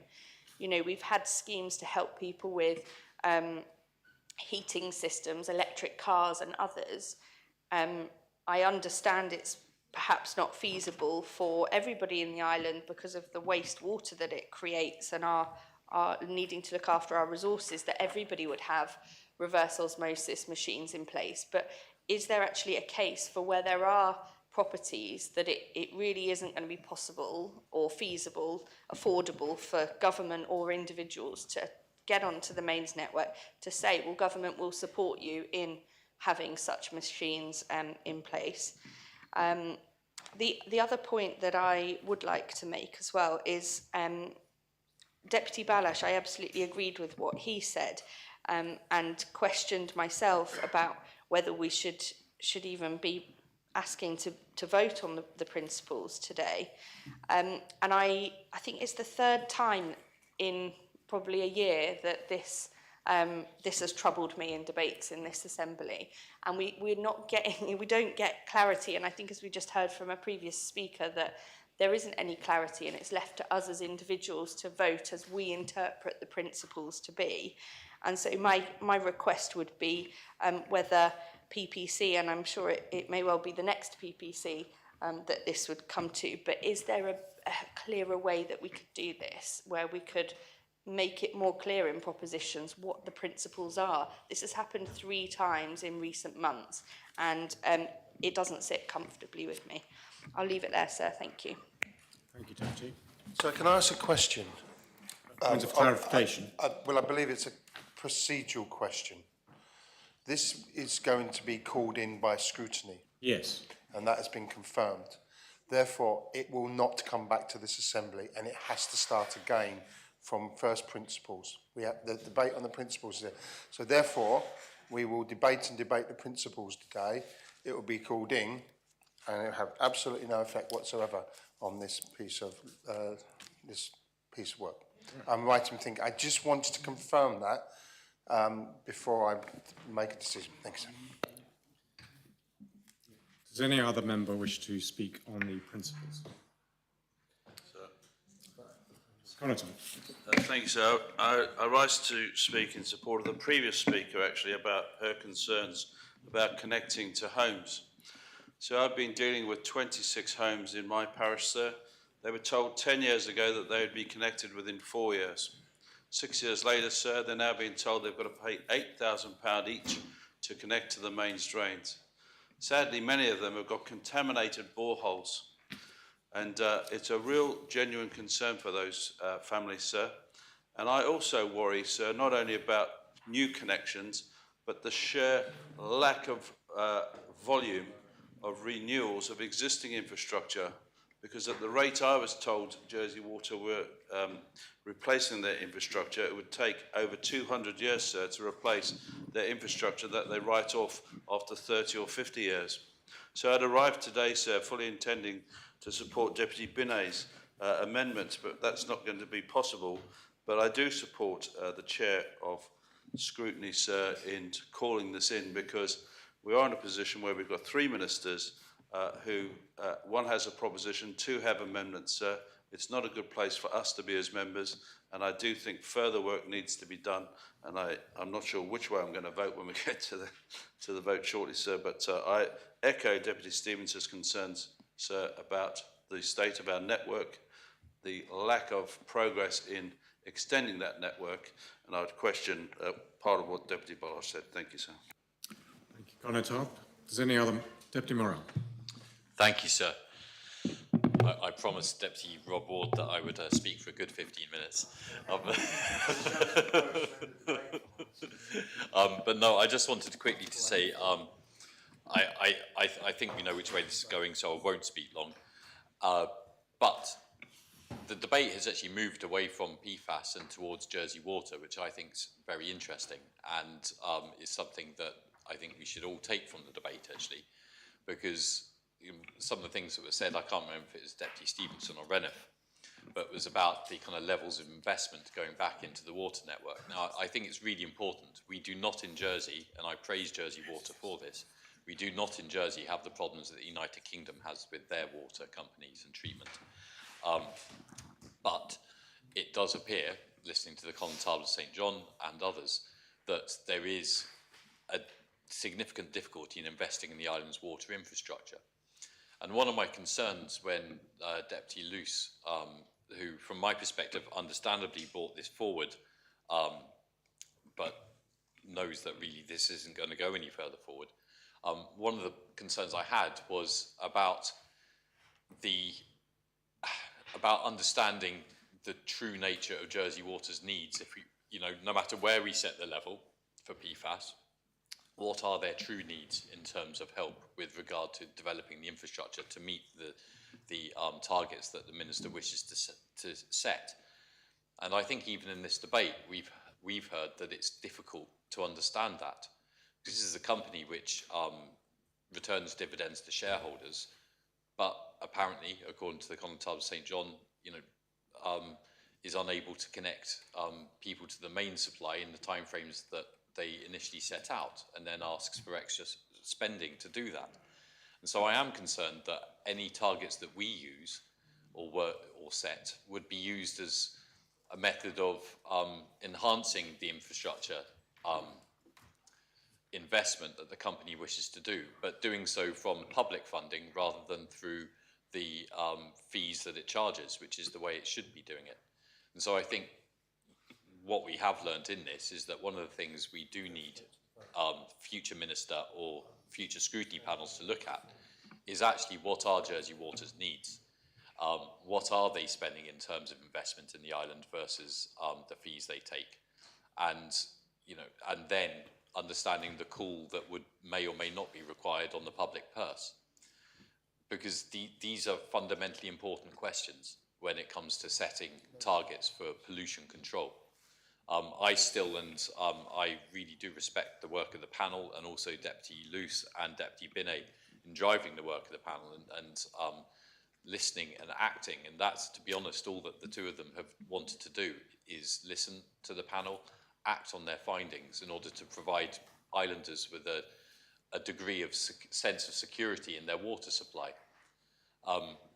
It's unfortunate that the work of the panel has coincided, is kind of finishing at the same time as the term, because that's ultimately led to the slight confusion around this debate.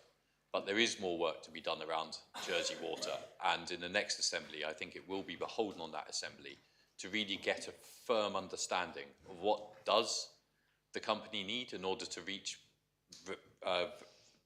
potential targets, and also, are they investing, and I speak from a position of ignorance on this, are they investing appropriately in our water network in terms of the amount that they're also paying back to shareholders and so on in dividends?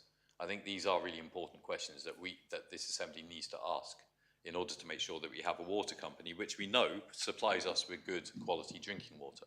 And that's something, as I said, many people in the United Kingdom cannot claim their water company is doing. So I praise Jersey Water from that perspective, but I think we do need to lift the lid on the bonnet and have a closer look at what do we expect them to do in terms of infrastructure spend, and is there any need for a call on the public purse? I would hope there isn't, because that should be part of their constant ongoing maintenance and infrastructure development. So thank you. Thank you, Deputy. So may I propose Article 84 that we go straight to the vote, please? You have to give 30 minutes notice, Deputy. Ah. Are you giving... I'm upset with my own misreading of standing order, so I pride myself. Are you giving 30 minutes notice? I would like to give 30 minutes notice, yes, sir.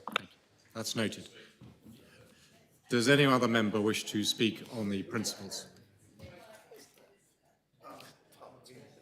If no other member wishes to speak on the principles, then I close the debate and I call upon the Minister to reply. Maybe more people should get up and propose 30 minutes. Certainly had the desired effect. I thank members for their support. We've had an interesting debate, very interesting debate. I welcome the fact that there's so much support for the principles as set out. It's heartening to see a shared commitment across the Assembly to act in one way or the other and to deliver a standard for islanders that's evidence-based. I maintain that I think this floor of the Assembly is the place for this debate because it's here that we can take the steps to move forward rather than stalling for another political term. And I'll say a bit more about being disappointed about not making more progress today in a minute. But if I could just briefly address the concerns of those who have spoken. Deputy Morell, no, it's not the UK, thank goodness. But I do recognise what you say about Jersey Water being a private company. I always consider them to be a private company. They deliver dividends to shareholders, irrespective of who those shareholders are. My job is to look at them from a regulatory perspective. In response to Constable Giles and Deputy Stevenson, I just want to say that I recognise the importance of clear advice and supporting islanders when it comes to boreholes and PFAS. And in the coming months, I will, and I've already started and committed to formalising some existing arrangements by establishing a dedicated page on the gov.ju website. Members will know all the work that we do, all the questions we've been asked about PFAS, the answers we've published, all the work of the panel is all available online. We are not hiding anything. I'd like to set out some clear information and some available advice and signpost for islanders the appropriate way to get some support. And of course, the question I wrote down for Deputy Stevenson is here: are your constituents with boreholes, have they had their boreholes tested? That's the first thing to say. And if they have been tested, how has it been done? Which lab has been used? What information are you going to? Deputy Stevenson said she thought it was sensible to stop. I'm not sure that I agree it's sensible to stop, but that's the word she used. Deputy Doublé said she looked forward to the panel calling it in, but I'd say to Deputy Stevenson, Deputy Doublé, this is not calling in as we know it. This is calling in to call it in to put it in the shredder, because it's all gone after today. If we don't get to the second and third readings, it disappears. Boiling water, I don't know the answer, but I will ask the panel to come back to you. That's a health issue really for the Health Minister. But something I did say in my opening remarks is that, you know, high levels of PFAS result in reduced vaccine efficiency for children. So there's a clear health implication there. Deputy Moore, I just thank her for her support.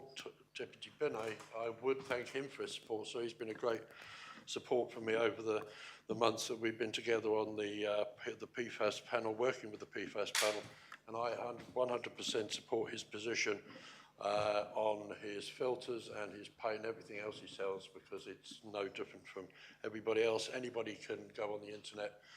Equally, anybody can phone their plumber who will go off and buy them a PFAS filter. I don't think there's anything for the deputy to worry about there. He and I, sir, have had a number of interesting and challenging discussions on PFAS in the last weeks and months, some at length, but we always go away and talk to each other the next day and continue to be very good friends. He did say, though, sir, that Jersey Water need to be given the time to do the final work. And for me, sir, giving Jersey Water time to do whatever they want to do is not good enough, and it's certainly not strong enough, and we could be here forever waiting for them to decide what we need to decide for them to decide. Deputy Reniff, I need to address. He started talking about vintage wine, which caught my attention, and then maybe less so afterwards. The regulator must consider the costs. Well, I think this is the forum for considering costs and the regulation all in the same fine. As a regulator, I don't share exactly the same views as him in that. I've spoken with the panel as he has done. He's questioned them, but I've questioned them myself, and I will make some reference to things they've said to me in my concluding remarks. I believe that my conclusions have been properly considered. Certainly Jersey Water, the deputy challenged me on what I've been told last year. And I accept, certainly, Jersey Water declared that there was a range of options quite early on in these discussions, and the range of options started with doing nothing and ended over here with a brand new treatment works, all shiny, sparkling, visible from space, and it was somewhere in between the two. But I would say to members that the indication at that time to me was if we needed a new treatment works, that was because we would have set our level at 2 nanograms and not at 4. And at every stage, as far as I was concerned, 4 nanograms in 5 years was challenging, and that's a word they've used to me. I accept that, but I don't regard challenging as the end of the line, and I'll mention that again as well. As for derogations, I am very clear. Jersey Water enjoy using derogations now. They've enjoyed using derogations in the past. I cannot see how they can now say that it's not good enough for the future.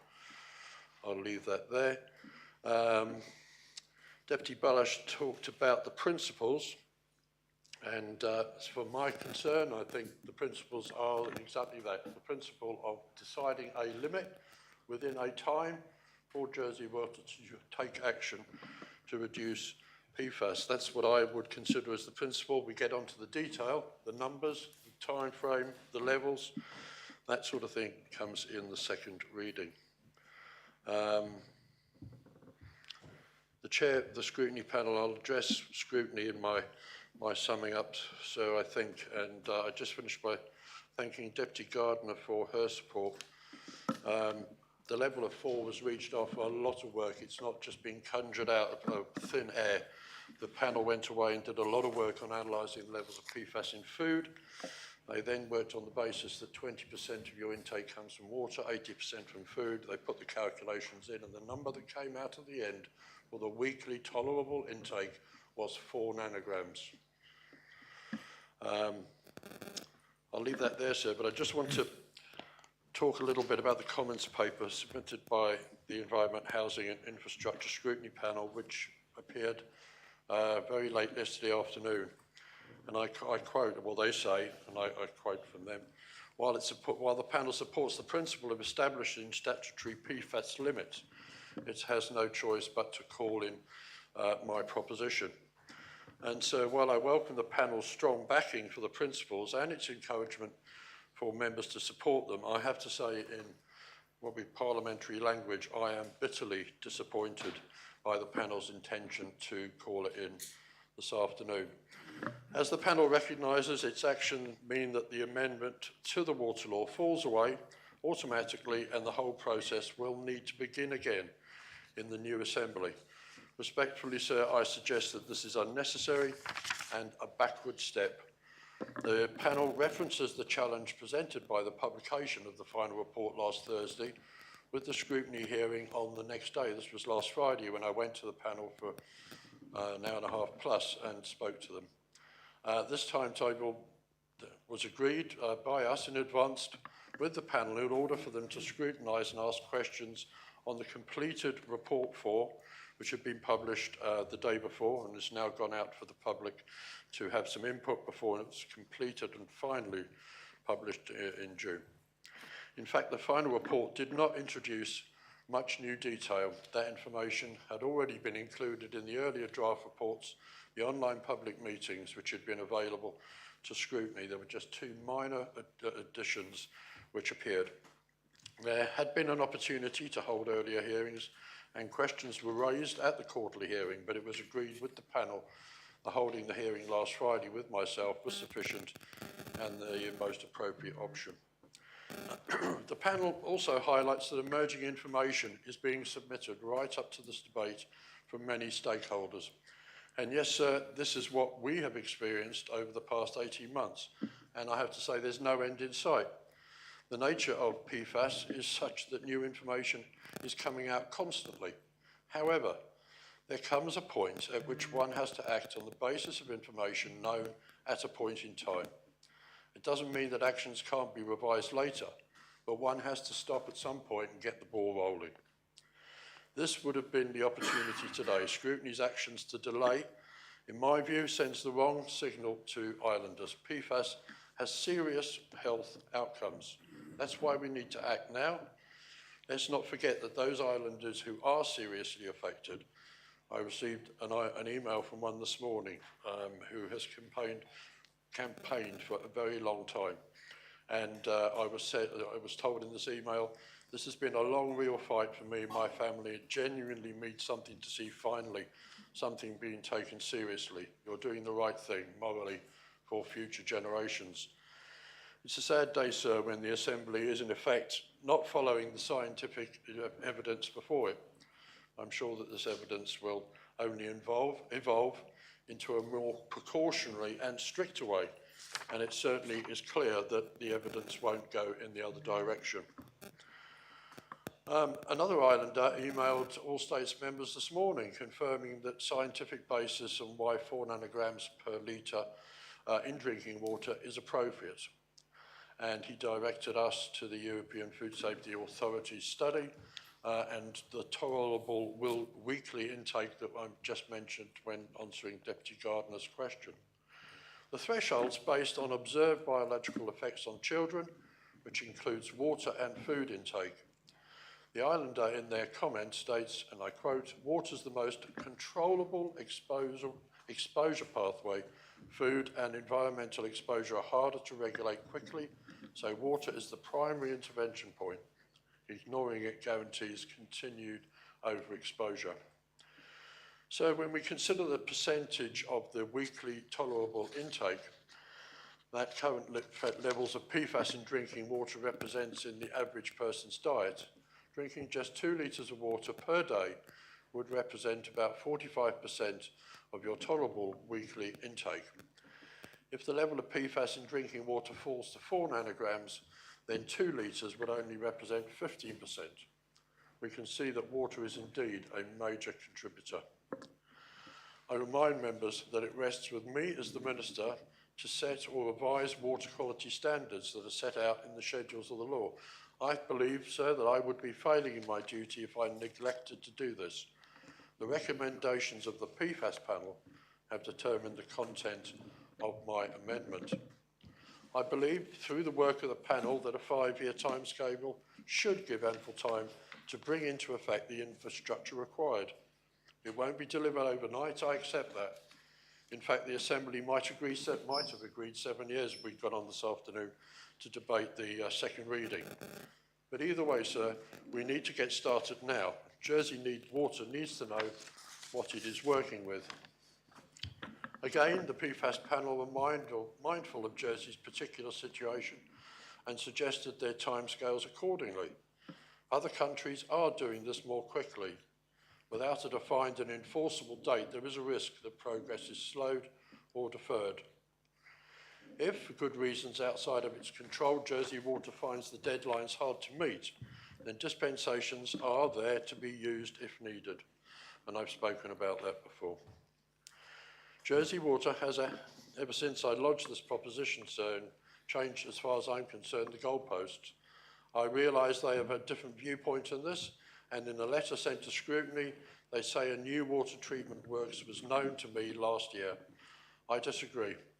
I've worked together with them all the way through the last 2 years working on this issue. They've been wholly supportive of the emerging limits and discussions. Those discussions have focused on the existing works. In presentations to ministers last year, they showed a full range of options from no change to a brand new treatment works. It was not clear that all options had been discounted in favour of that brand new facility. However, when the final limit was lodged, the situation appears to have changed and now the company says it's impossible to meet. So the only reason that I was told Jersey wanted more than 5 years was to build a new standalone treatment works. And that was because we might set a limit of 2 nanograms. Yes, last year they said they needed 5 years to reconfigure and put in additional processes. Of course, the way ahead was going to be technically challenging, and I quote them there. But nothing was ever going to be easy or simple, and certainly to me, sir, challenging does not mean impossible. At the start of the sitting yesterday, sir, you named a few different processes that could bring debates to a halt. If these principles are agreed, scrutiny calls us in. At the last sitting before we had general election, it's nothing much more than a wrecking motion. Calling it in means the whole proposition and proposed amendments go straight in the bin, I'm afraid. No chance to agree on the statutory PFAS limits, no debate on timing, nothing. I struggle to understand what different conclusion we would gain by the scrutiny calling it in if they were there and allowed to assume, to carry on. Assuming that after this vote there's a general agreement on the principle, then we could agree that the scientific evidence on what limits need to be met. The debate effectively centres on the timescales. We could have the discussion around that. Amendments had been lodged. So I'm going to just chop a few bits off the speech and say to members, it's all or nothing today. I presume they realise that. I thought we needed to debate this important topic in the second and third reading, but clearly that's not going to happen. I'm disappointed.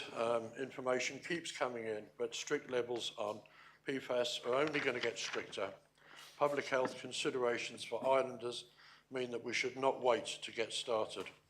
We need to get on with this. I urge members to support these principles, and I again urge and request scrutiny carefully, very carefully consider the implications of calling us in, but I absolutely respect their ability to do that.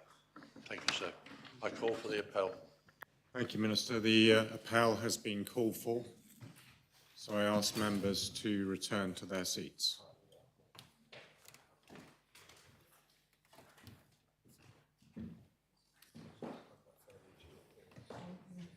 If all members have had the chance to return to their seats, I ask the greffier to open the voting.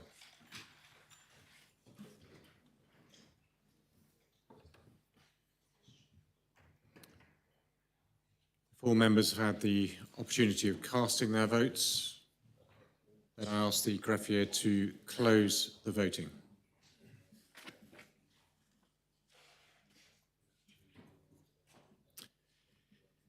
And I can announce that the principles have been adopted 40 votes pour, 4 votes contre, and 2 abstentions. The 4 and the 2. Those voting contre, Deputy Labby, Balash, Miller and Tom Binet, and Deputies Tadier and Rose Binet abstained. Does the Environment, Housing and Infrastructure Scrutiny Panel wish to scrutinise this matter? Yes, sir, but I'd like to just emphasise that I don't believe this work will be lost or put in the shredder. It's too important, and I hope that the statutory limit will be put to the Assembly as soon as possible in the new term. Thank you, Chair. Well, that is the end of that proposition. So we move on to the next item of public business, and that is the draft cremation Jersey Amendment Regulations, which have been lodged by the Minister for Health. The main respondent is the Chair of the Health and Social Security Scrutiny Panel, and I ask the greffier to read the citation. Draft Cremation Jersey Amendment Regulations 2000. The states make these regulations under Article 3 of the Cremation Jersey Law 1953. Minister. Sir, I think I should probably start by confirming that I don't think, to the best of my knowledge, we haven't sold it into the crematorium. So that should, and I'm sure when I get home, I'll find on social media that I have. Anyway, I'm bringing forward this the draft Cremation Jersey Amendment Regulations in order to modernise legislation that's remained largely unchanged since 1961. And in recent years has caused significant operational and legal challenges. Under the current regulations, cremation is prohibited where a person has left a will or written instructions stating they wish to be buried. Increasingly, staff are encountering cases where a decades-old will specifies burial while the family knows that the person's final wishes were to be cremated. At present, that written historic statement takes precedence, regardless of the person's final wishes. This is neither compassionate nor practical, and it's caused considerable distress for a number of families. It places medical referees, principally doctors, in a very difficult position of having to refuse authorisation for cremation based on limited information. In the UK, this policy was repealed in the 1960s. There's no sound policy reason for Jersey to retain this approach, particularly now that over 80% of people choose cremation. Proposed amendments will repeal these outdated prohibitions, allowing the executor or near relatives to make the final decision, taking into account the person's will, final wishes, and family circumstances. This will ensure that sensitive decisions remain private family matters. It's not for the state to intervene by refusing authorisation for cremation. It's a neutral act placing private decisions rightly in the hands of families. We're also modernising the application for cremation form. The current form is outdated, and importantly, it doesn't ask for information such as whether the deceased has a medical implant or a pacemaker. If this is missed, it poses a serious safety risk to crematorium staff and to the equipment. Unfortunately, sir, officers have reported occasions where implants were not identified by medical staff on the old forms. We're also providing a clearer definition so that near relatives can make the application for cremation. This includes the spouse or civil partner, the adult child, parents, or relative who lived with the deceased. We're also addressing bureaucratic barriers so that any person ordinarily resident in Jersey may countersign an application for cremation. This small change will make the process simpler by replacing old-fashioned criteria. Finally, sir, these regulations include minor drafting updates and technical clarifications to bring the legislation up to modern legal drafting standards. And it's important to say that these changes don't alter the original policy intent. So these practical amendments were requested as operational changes by officers in our department, and they're required as a matter of some urgency. They reduce stress for grieving families, make the cremation application process simpler, and modernise a significantly outdated piece of legislation. So I commend these regulations to the Assembly and ask members for their support. Thank you, sir. Thank you, Minister. Are the principles seconded?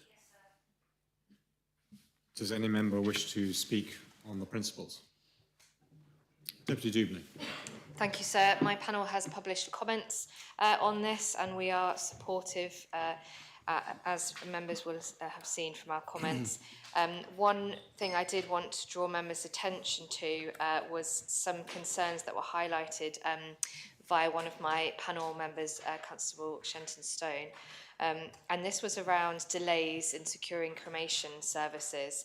And although we acknowledge that this is slightly out of the scope of these regulations, we did receive some confirmation and some reassurance from the Minister that it was not any kind of government services that were causing these delays, but just for members of the public to be aware of this.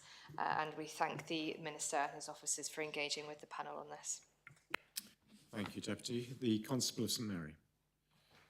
Thank you, sir. I simply rise to make a practical point. When I was in legal practice in England many years ago, I one day received a call from a colleague in another firm saying, could I see the sister of his aunt who had recently died? Of course, he understood my firm had the will. So, of course, efficient as I was in those days, I rummaged the will safe, found the same, and read it and rang him back. You are aware, are you, that your aunt has expressed a wish to be buried at St Peter's Church, Salisbury? There was a sigh of dismay at the other end, because he had arranged to be cremated. And I simply make the point, sir, which is that in practical terms, relations or those who don't wish to be deceased, who are ultimately contemplating death, should make their wishes known to their nearest and dearest. 2 weeks ago, I was speaking to a friend here who was relying on the present law. He expressed the wish in his will that he be buried somewhere, and he was disappointed to find out that the rules were going to be changed, but they're not enforceable in any event, and it just bears out the point that in practical terms, all individuals should make their wishes known to their family and not rely on anything else. Thank you. Connaught. Deputy Talley. Thanks, sir. Look, sir, when I first heard about this, I was a bit concerned, partly from just a theoretical point of view, but also bearing in mind that theory can very quickly become practice. And so whilst the Constable of St Mary says, you know, make sure you tell your family what you want, some people wouldn't necessarily trust their families, and that's why they put it in writing in the first place. And so whilst I don't necessarily have a problem with repealing these two parts, on the understanding of the Minister's clear explanation, it does seem to me that people may, for all sorts of reasons, make a written statement in their will about how they wish their funeral to take place, which will include whether that's a burial or a cremation. And it may not be a 10-year-old will that was made a long time ago and you've changed your mind and told your family. It may actually be that you've just made your will in the last 6 months and you've recently converted to a particular religion which you specifically don't want your body to be buried. It may be because you believe in the resurrection and you think that in order for you to be resurrected, so you need your body to be not cremated, notwithstanding the fact that, of course, depending on when the second coming is, you may have sufficiently decomposed by that stage. But we're not here to question people's belief systems, simply that they, you know, this is not about dead people, it's really about respecting people when they were living and when they were conscious about how they wanted their funerals to take place.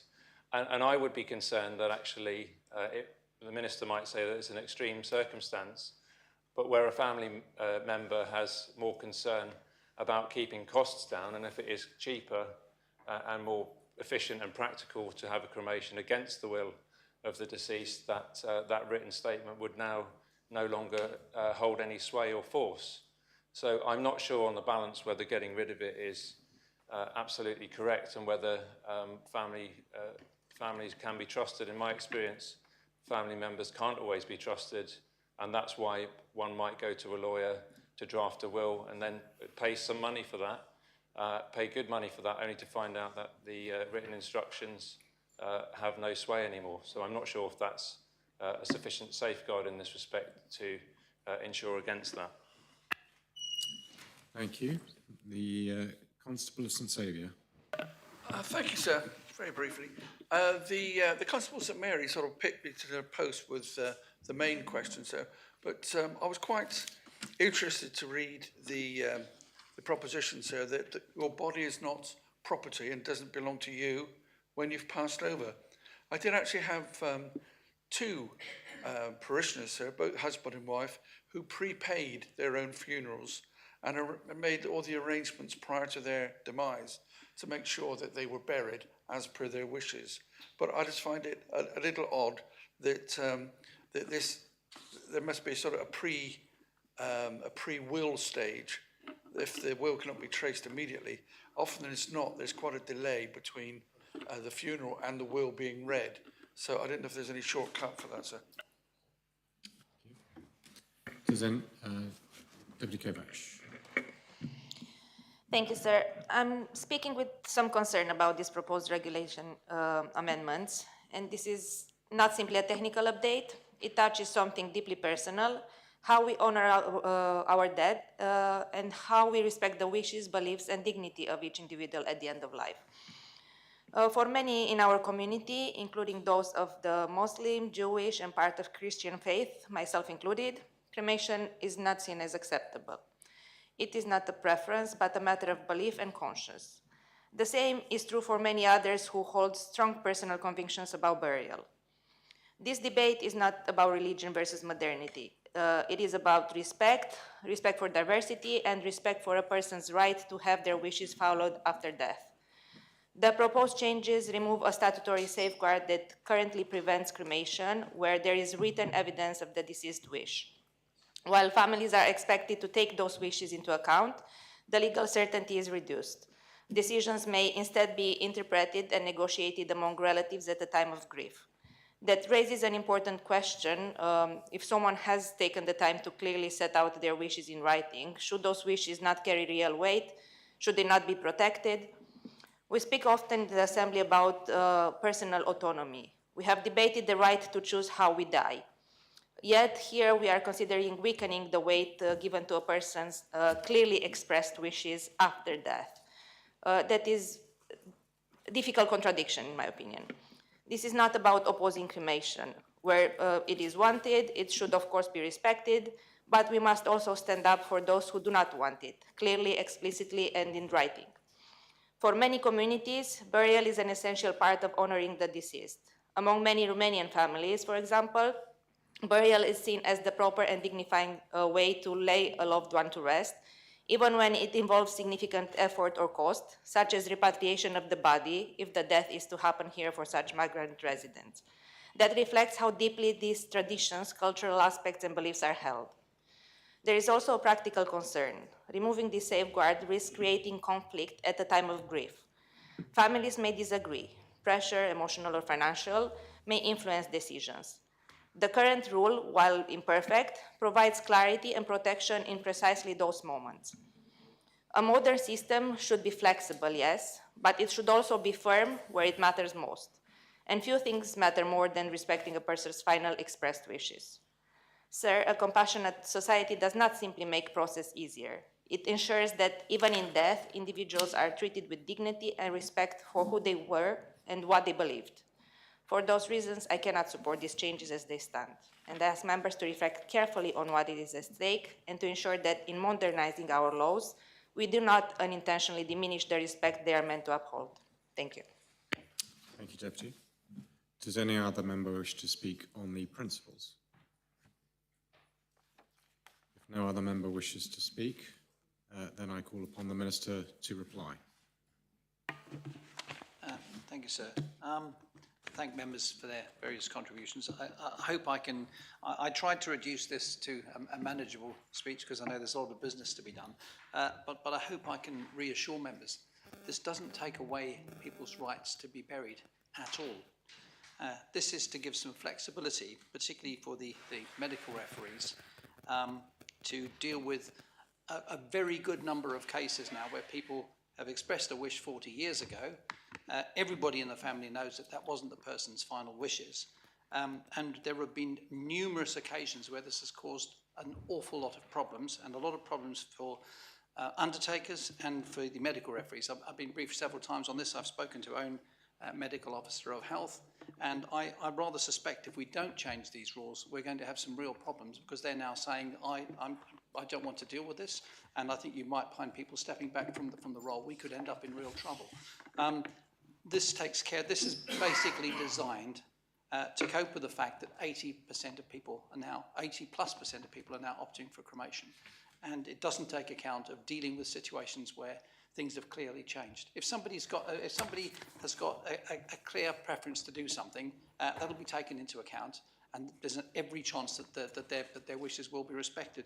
This deals with situations where that isn't clear, and that the family have got considerable reservations. For me, sir, I think it's absolutely essential that we adopt this, and I genuinely hope that members will understand that. Thank you, sir. Thank you, Minister. Do you call for the appel? Yes, sir. Appel's called for. I invite members to return to their seats. All members have returned to their seats. I ask the greffier to open the voting.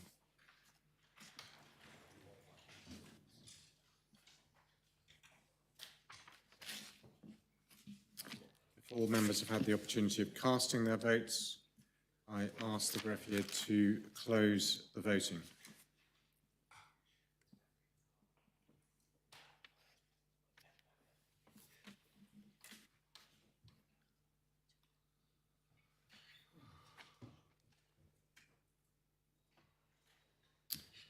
And I can report that the principles have been adopted. 38 votes for, 3 votes contre, and no abstentions. Does the Health and Social Security Scrutiny Panel wish to scrutinise this matter? Deputy Doublé. No, thank you, sir. Minister, do you wish to propose the regulations in second reading? Yes, please, sir. How do you wish to propose the regulations, Minister?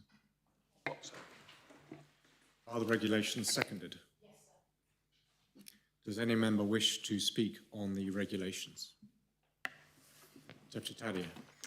Yeah, thank you, sir. Could the Minister just take the regulation, the article that deals with the concerns that have been raised, certainly by myself and Deputy Kovac separately, and could he just highlight that to us in the summing up, if that's okay? I think the comments that I made in my first speech in first reading could easily have been made at this point as well, and I don't need to repeat them. So, which regulation is that, Deputy? That's what I'm seeking clarification from, sir. It's the one that deals with the repeal of the wills and the request for burial, saying that they can't be cremated if there's a standing request in a will for burial.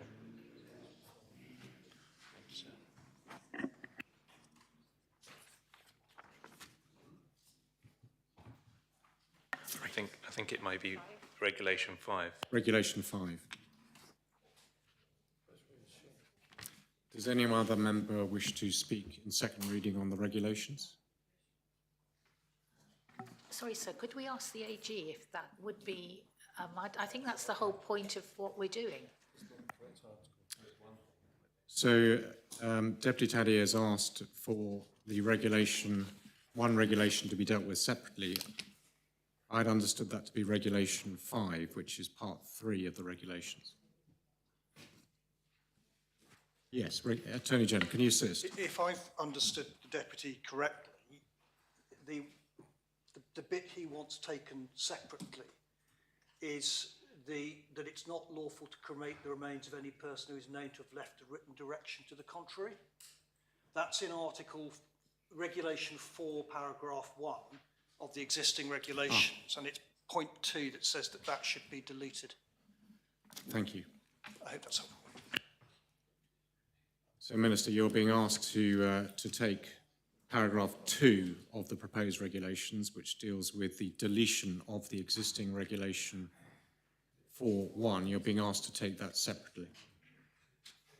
No, I don't think I can do that. I think it defies the whole purpose of the exercise, sir, so I'm afraid that I won't be doing that, sir.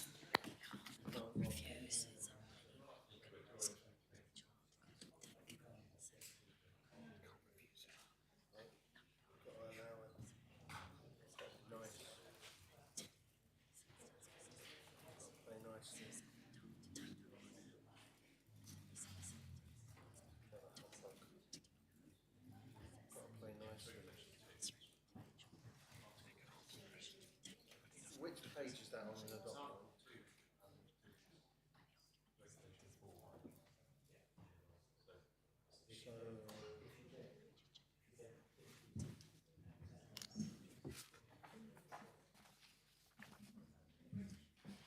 Just one moment, please. Regulation 4. It does sort of negate the whole thing, doesn't it?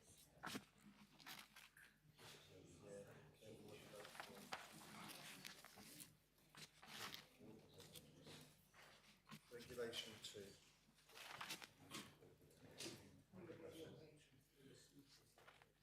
I don't like these ones. The ones I like that. I only had 2. The kids have been nicking them when they're coming for the water, so I'm pretty sure they've been nicking my sweets. It's probably like a bit of sugar to keep me going, I suppose.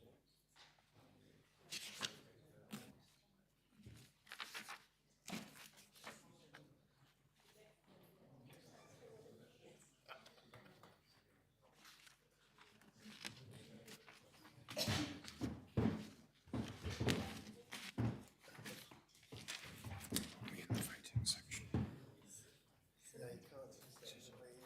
But if you can't take it,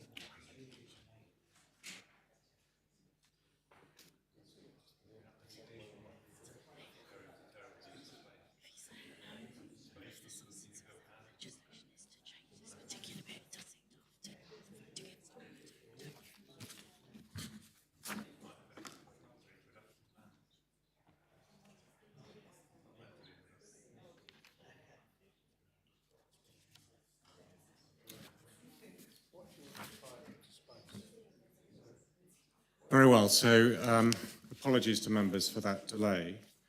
But in terms of what standing orders have to say about this, Standing Order 74(5) provides that any member of the states may request that any provision be voted upon separately. Now that it says that the members may request it. It doesn't say that the mover of the proposition has to accept that. Sorry. I was about to say that, yes. As I was about to say, by convention, it has always been interpreted that the mover of the proposition accepts that. Now here, we have a situation where, as I understand it, the Minister's objection to taking Part 2 or Regulation 4 and the deletion of the existing Regulation 4.1 is that would defeat the object of the entire amendment. So I can see the Minister's basis for refusing to have a separate vote on Part 2 of the regulations. And as standing orders just say that a member may request it, they don't expressly provide that the mover of the proposition has to accept that. And whilst it may have been interpreted in the past that the mover of the proposition has always accepted it, the Minister in this case is saying, well, that will defeat the entire object of the regulations. So in those circumstances, my ruling is that the Minister is not obliged to take Part 2 separately. So if he wishes. So can I ask for clarification on the ruling? Yes. I barely finished it, but yes, please. Wow. Well, if you have finished that, if you were going to add anything, I could. All I was going to ask, are you saying that if Article 2 is taken separately, that everything else would fall away, and that's why, so it wouldn't be congruent or simple? Because I don't understand whether the Minister's saying that it would defeat the object as a political statement, or that it would actually just, that we could carry on voting on the other articles and they would stand in their own right. Well, my understanding is that the Minister is saying that that will defeat the entire spirit of these amendment regulations. The whole purpose is to... Well, I'm less concerned about the spirit of the... Sorry, I'm being asked multiple things by multiple people all at once. So I think I've replied to Deputy Tadier, but Deputy Gorst. So whilst, of course, it is the chair makes a ruling, my understanding, and maybe I'm mistaken, by convention is that standing order when dealing with a proposition is right. Members moving a proposition can decide whether they take parts separately or not, despite the request of another member. But by convention legislation, there's always been a right of any member to seek a separate vote on any article of the legislation, despite the fact that that particular article may in fact then mitigate the requirement for all of the legislation. And I wonder, sir, that... That's a helpful intervention. Thank you very much, Deputy. So in that case, I reconsider that ruling and I will allow, my ruling therefore is I've reversed my ruling, then I will allow or direct that we have a separate vote on Regulation 2.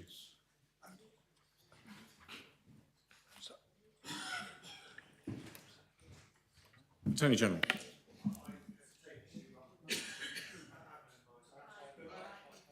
I hesitate, sir, to add to matters, but I'm reminded that it's not just, if Article 2 is to be, Regulation 2 is to be taken separately, then it seems to me that Regulation 5 would need to be also, because Regulation 5 amends Regulation 7 1 to delete subparagraph A, subparagraph A of Regulation 7.1 provides that a medical referee shall not permit any cremation to take place unless satisfied, A, that the deceased did not leave any written direction to the contrary. So it's the same point. And if the desire were that Regulation 2 should be taken separately, then it seems to me that probably Regulation 5 would need to be taken separately as well. Thank you, Mr. Attorney. Deputy Taddy, do you wish for Regulation 5 to be taken separately as well? So I'm fairly confident that by taking Regulation 2 separately, it will allow those who have got a reason to vote against it to record that, and that I suspect it won't pass, and that if by any chance the majority don't vote for 2, then I would be moving that as a corollary to that, sir. But I think let's wait and see what happens. Very well.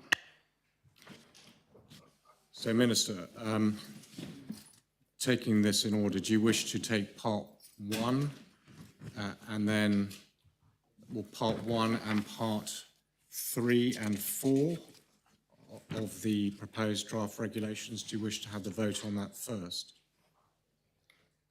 I have to say I was suitably assured that this wouldn't occur, so I'm not really properly equipped to deal with it. But I would say, on principle, yes. So, do I get a chance to have further comment on this before we vote?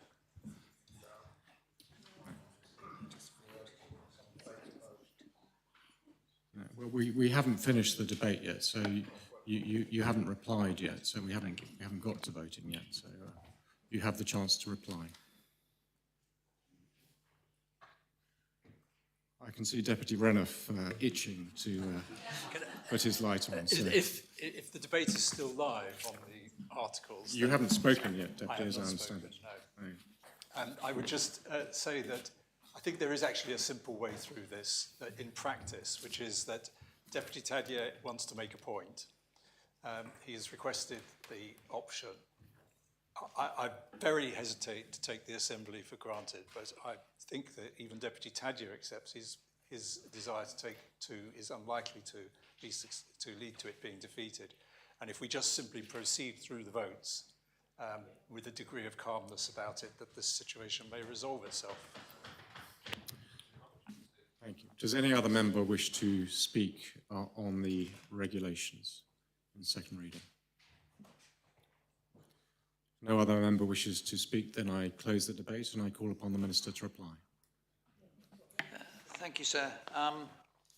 It's not in my nature, it wouldn't be in my nature anyway, to try and deny people a chance to do what they want to do, and obviously you've made a ruling that's what's going to happen in effect. I've been looking through my notes while the discussions have been going on, and I just came across a short paragraph which I think might be reassuring for members. Officers have engaged with a crematorium user group, including funeral directors, faith groups, and the primary care body. So there's been a significant amount of background work that's taken place to come up with these proposals, and I certainly hope that members will support them. Thank you, sir. Thank you, Minister. So do you call for the appel in second reading? Sir. So do you call for the appel in relation to parts 1, 3 and 4 of the regulations? Yes. So it would be preferable to do 1, sir, then 2, and then see how we get on for the rest. Is that, could I ask? 1 We'll and do 2 part separately? 1 first then. So the appel is called for in relation to part 1 of the amendment regulations. So I ask members to return to their seats. If members have had the opportunity of returning to their seats, I ask the greffier to open the voting.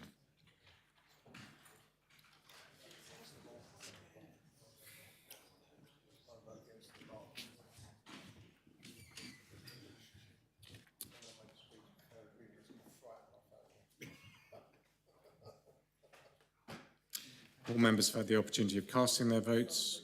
I ask the greffier to close the voting.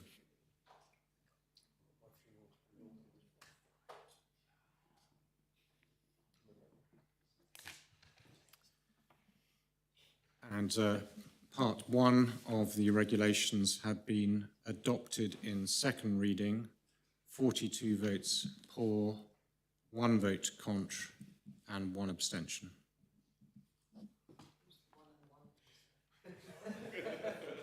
Deputy Rob Ward voted contre and Deputy Kovac abstained. Very well, we move on to Part 2 of the regulations. And I ask, if members have had the opportunity of returning to their seats, I ask the greffier to open the voting.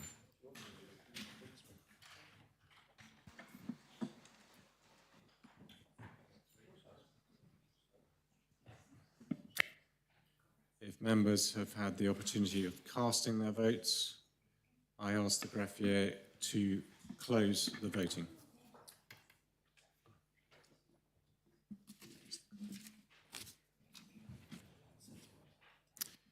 And Part 2 of the regulations have been adopted. 39 votes pour, 4 votes contre, and no abstentions. Could we have the floor, please? Those voting contre, Deputies Tadier, Rob Ward, Kovac, and online Deputy Corrie. Thank you. So, Minister, how do you wish to propose the remainder? Do you wish to take parts 3 and 4, or do you wish to include part 5, 6, and the remainder on block? I think I'd like to take them on block if that's acceptable. Thank you. I ask, if members have had the opportunity of returning to their seats, I ask the greffier to open the voting in relation to the remainder of the regulations.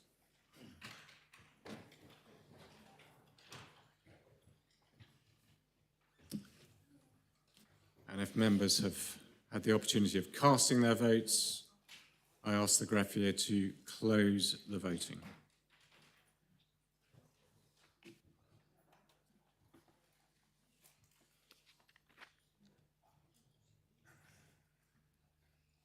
And I can report that the remainder of the regulations have been adopted. 41 votes pour, 2 votes contre, and 1 abstention.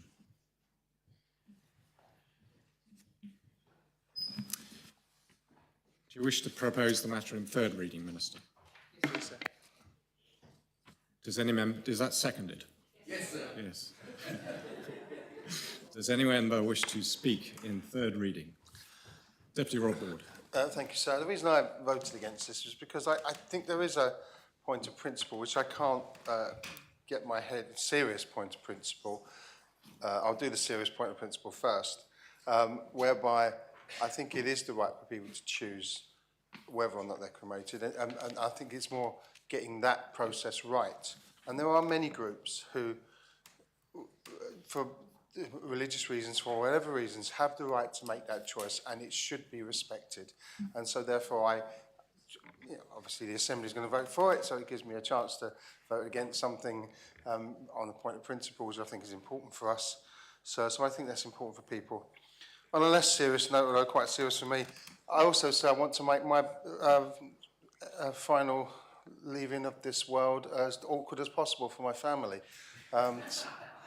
And so they remember it. Thank you, sir. Does anyone of the member wish to speak in third reading? Thank you.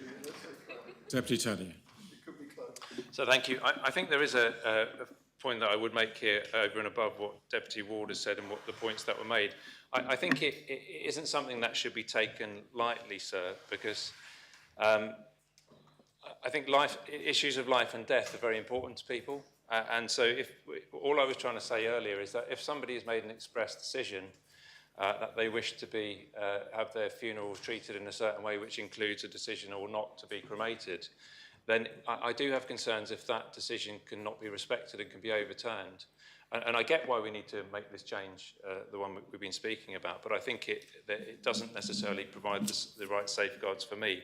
And I say that as somebody who comes from a non-religious current state way of thinking, sir.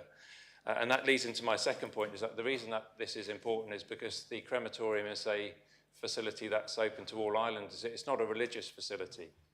And it's available to everybody because the state is the only provider of crematorium services in Jersey. I don't think there are any private or religious crematoriums that exist.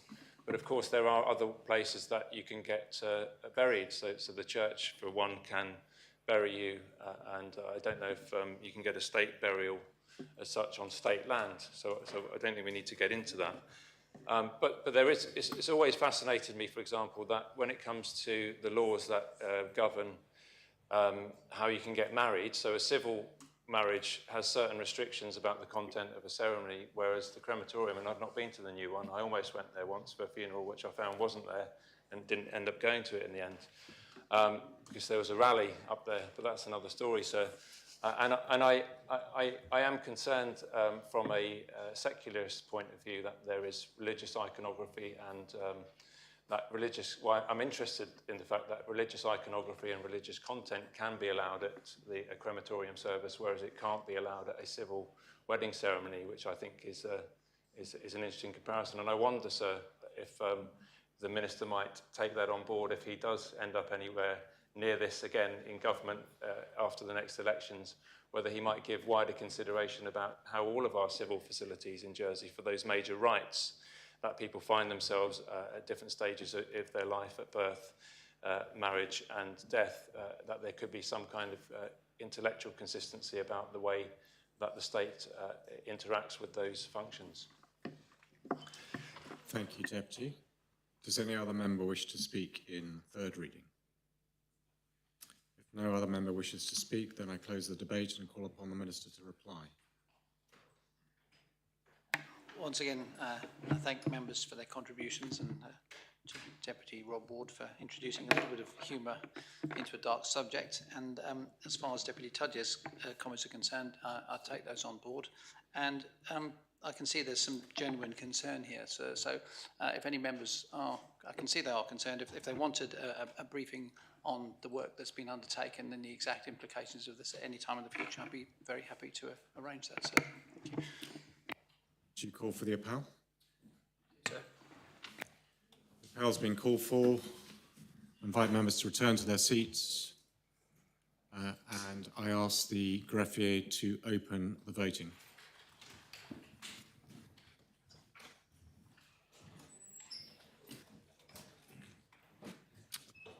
If members have had the opportunity of returning to their seats, I ask the greffier to close the voting.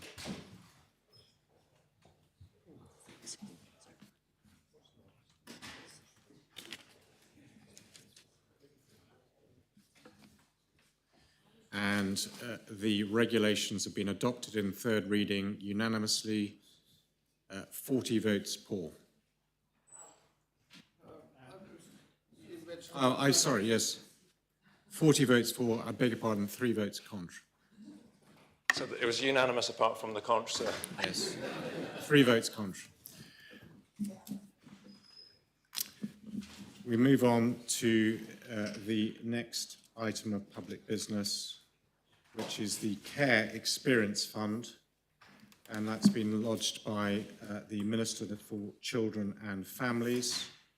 The main respondent is the Chair of the Children Education and Home Affairs Scrutiny Panel, and I ask the greffier to read the proposition. The states are asked to decide whether they're of opinion to support Jersey's care experience community, specifically individuals aged 25 and over, by establishing a states fund to be known as the Care Experience Fund, the fund, in accordance with Article 6 of the Public Finances Jersey Law 2019 and based on the terms of reference set out in the appendix to the report. Minister. Thank you, sir. It gives me great pleasure to bring this proposition to set up the Care Experience Fund. Many members will be aware of the history behind this fund and that it has its roots in the 2017 Independent Jersey Care Inquiry Report. Given that almost 9 years has elapsed, I want to give confidence to the care leavers of the commitment of this government to set up the fund. The 2017 report made a number of recommendations one of which was the decision not to demolish Hotel Garen and to retain the adjacent property known as Aviemore. The original recommendation was for both to be demolished.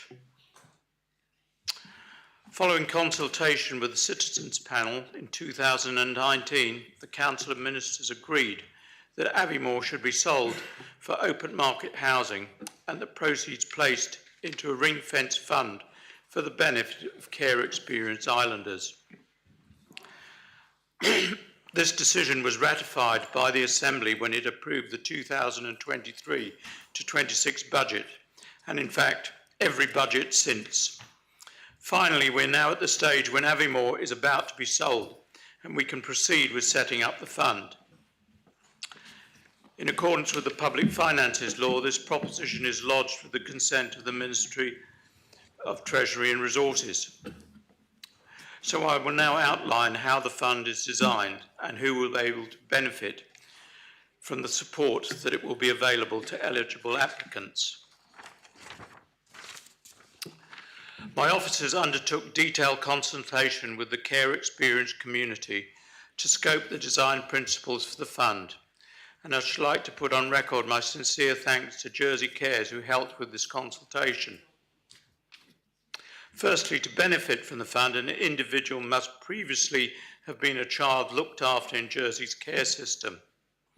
It was agreed there should be no overlap with the government's existing care leaver offer, so the fund will only be for applicants over 25 years old.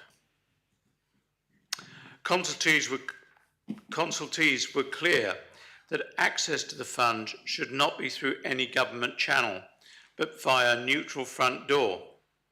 I'm delighted to say that we have engaged with 2 Jersey charities who have agreed to act as independent administrators to the fund. I will not name them publicly until such time as a service level agreement is in place, but I can advise that negotiations are at an advanced stage. These 2 organisations have an enormous amount of experience in their field. They will receive and assess applications and make grants from the fund in accordance with the fund's terms of reference. They will report twice yearly on their activities to the oversight group, ensuring that the fund continues to meet the needs of care experienced islanders. There are 3 broad areas for which eligible individuals will be able to apply for fund for help. Firstly, mental health and well-being. People with care experience may experience ongoing mental health issues, and the fund will help them assess appropriate support. Secondly, it's not unusual for someone with care experience to have had their education disrupted or to face financial barriers in accessing higher education. Accordingly, the fund will provide funding for access to lifelong learning opportunities. Thirdly, care experienced individuals can quite simply face challenges in their day-to-day lives if they don't have family support networks that many of us rely on. This is sometimes referred to as the bank of mum and dad. The fund will provide emergency support for things like medical, dental, or ophthalmic emergencies, unexpected bills or expenditures which would otherwise impact their daily life. The fund is planned to last 10 years, providing support to a group of islanders who are in some ways an overlooked demographic. I hope improvements we are making in children's social care will mean the fund is no longer needed in 10 years' time. But if the need remains, there would be flexibility for further funds to be added to extend the life of the fund. This, of course, would be a decision for a future assembly. Aviemore is not yet sold, but the Minister for the Environment is in the process of issuing supplementary planning guidance to assist the purchaser, the Jersey Development Company, in determining how the site is developed. I am advised that the sale should complete sometime over the summer, which is why I wanted to bring this proposition to the Assembly now. If approved, the fund will receive the sale proceeds as soon as they become available, and will be open to application from care experienced islanders relatively quickly. I'm grateful to Deputy Catherine Curtis and her panel for their support and their helpful comments paper. The panel raised questions of administration costs, which are estimated at approximately 10% of the value of amounts distributed per annum. I can assure the Assembly that we have checked that this figure aligns with other funds such as the Lottery Fund, Greville Bath Fund and the Alice Rayner Fund, and I am confident that the fee represents good value for money. Sir, the creation of the Care Experience Fund is an extension of our corporate parenting responsibility. It will enable us to show this group of islanders that we haven't forgotten about them and that they are part of our community and we will support them. Creating the Care Experience Fund will help people access lifelong learning and develop skills to improve their employment outcomes. It can help build resilience and long-term emotional stability, and it can help them navigate financial crises that occur from time to time. Sir, I make the proposition. Is the proposition seconded? Yes, ma'am. Does any member wish to speak? Oh, sorry, I've already got Deputy Catherine Curtis on the list. Thank you, Mark. So, yes, this is a ring-fenced fund which will act to a certain extent like a bank of mum and dad. It's for those people who, through their experience in the care system, don't have access to the sort of financial support that most people take for granted. I'm sure many of us will at one time or another have asked for a loan or a gift from parents. While being very supportive of the principle, there were a few points we asked to be clarified. We questioned the definition of care experienced so that we could be sure that all those who deserve this help will be able to apply. We were assured that the definition is intentionally broad to allow for a degree of flexibility, bearing in mind people's different experiences. We also queried the seemingly low estimate for annual investment income, which at 2% is much lower than that received, for example, by the Ecology Fund, which I chair. We were advised that there was a deliberate intention to set it at a conservative level, so it may well be that the investment income will be higher than expected, allowing for more disbursements to be made or allowing for this fund to last for a much longer term than expected. And finally, the proposed plan is for the fund to be administered by an outside organisation with a fee of 10% of the distributions made, which may be the best way to proceed, but due to the timing of the lodging of this proposition, the panel has not had sufficient time to consider this administration matter sufficiently, and we asked the Minister to address this point in his speech, but I acknowledge that he has mentioned the matter just now. We were pleased to see that the organisation Jersey Cares will be there to inform potential applicants to the fund. So to summarise, the panel is very supportive of this fund and is hopeful for a timely sale of Avermore so that we can see this proceed without further delay. And I congratulate the Minister for bringing it forward and can see how much it means to him, considering he's not well today, but was determined to be here to propose it. Thank you. Deputy Doublé. She's not here. Thank you, sir. Deputy Doublé. Thank you, sir. Apologies, I've had to move to Teams due to an unexpected break. Continue to contribute remotely. I just had a very brief question about the fund, and I wondered if there were is there any ability for it to be applied retrospectively? For example, if someone has committed to a university degree, for perhaps, is there an ability to apply to fees that have already been paid, perhaps? Thank you. Thank you, Deputy. Does any other member wish to speak on the proposition? Yes, Deputy Ferry. Thank you, sir. Just in relation to something that the chair of the scrutiny panel mentioned, the administrators will play a crucial role in the success of the fund. The scrutiny panel raised an important question about costs, and I can confirm that we have looked at the fee charging arrangements for similar funds, and the Minister and I are happy that the fee levels proposed are appropriate when compared to other funds and represent good value for money. Administrators will have to develop the application process and in some cases, I imagine, will assist applicants to complete the paperwork. They will evaluate applications and arrange for funds to be distributed, operating under service level agreements. They will have to comply with data protection requirements and report periodically to the Fund Oversight Board. And there is an element of the unknown, as we simply don't know how many people will apply to the fund. Having said all that, I'm confident that the administrators are professional in their field and are well prepared for the task ahead. Thank you, sir. Thank you. Deputy Morell.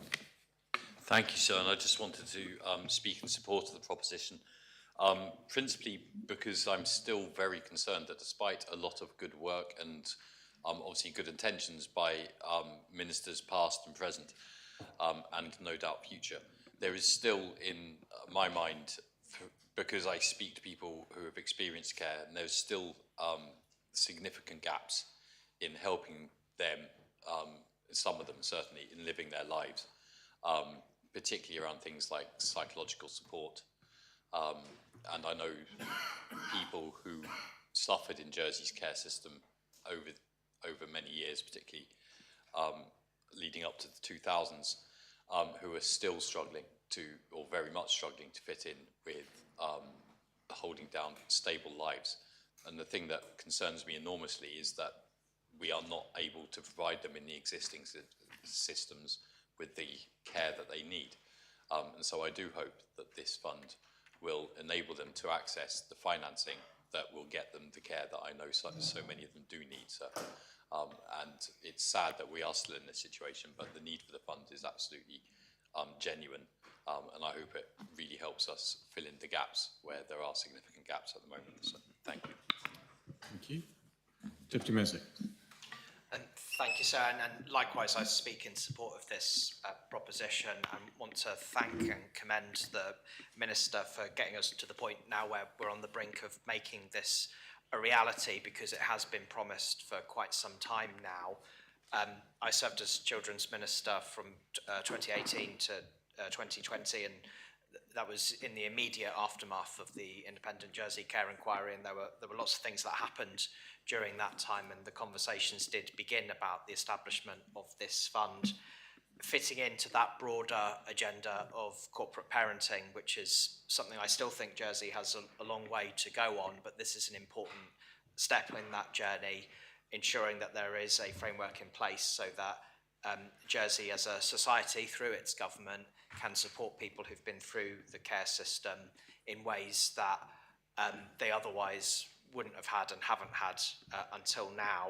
And there were lots of discussions about the Aviemore site in particular and how that may or may not be used, and that was quite a bumpy journey, and I slightly regret how long that's taken because of the how that prolonged this when we have been promising for so long that this fund would be set up. But I think full points to the Minister, his team, Jersey Cares, and everybody else who's played a part in getting it to the brink of now being a reality. So I thank them for that work on that, and I'm really pleased to be able to vote in favour of it.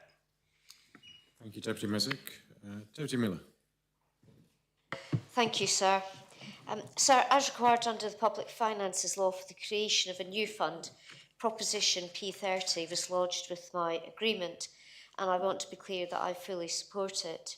Throughout the process, I have been consulted and kept well briefed by officers. I'm aware that the Fiscal Policy Panel has previously cautioned against the creation of new funds. However, in this case, establishing this fund is appropriate. It fulfils a commitment made by this Assembly that the proceeds from the sale of Aviemore will be used specifically for the benefit of care-experienced adults. Importantly, the fund will not duplicate existing benefits or support that's already available. It is also highly likely to be time-limited. Once the Aviemore proceeds have been fully utilised, there will be no further need for the fund unless a future Assembly decides otherwise. This is fitting, given its purpose, to provide support to individuals who experienced care during years when standards were not what they are today. Members should note, however, that the lifespan of the fund will depend on several factors. These include the level of distributions made by the Minister for Children and Families, the investment income generated by the fund, and the extent to which benefits are uprated for inflation or otherwise over time. The proposition includes conservative assumptions for these variables, suggesting an estimated lifespan of around 10 years, but the duration could rise or fall depending on how those factors evolve. Although we do not yet know the precise amount that the Aviemore sale will realise, approving the creation of the fund now will allow eligible care-experienced adults to benefit as soon as the money becomes available. The final value will depend on planning considerations relating to States of Jersey Development Company's scheme for the property. I understand that supplementary planning guidance is expected at the end of this month, which should enable a planning application to follow in due course. This fund represents a meaningful and targeted way to honour our commitment to those islanders whose experiences of care fell short of the standards we would expect today. And I ask members to support the proposition. Thank you. Thank you, Minister. The next speaker is Deputy Scott. Thank you, sir. It is heartening to see the recommendation from the Jersey Care Inquiry being brought in this way, supported in this way, to support care leavers and acknowledging the shortfall in actual standards that they went through. I believe that Deputy Mezek has actually touched on the point that I really want to emphasise, which is this duty of corporate parenting. And I think it goes far beyond this particular type of help and support. The Children's Commissioner is now there and will help support them in pursuing complaints. I'm not going to apologise for mentioning that she herself needs support in that kind of role, and has been the support of the establishment of a public services ombudsman herself, because I don't think you can get away from the actual lessons that need to be learned and that we still need to carry on learning when it comes to handling people who have got concerns about standards. So thank you, sir. I'll leave it at that. Thank you, Deputy Scott. Does any other member wish to speak? If no other member wishes to speak, then I close the debate and I call upon the Minister to reply.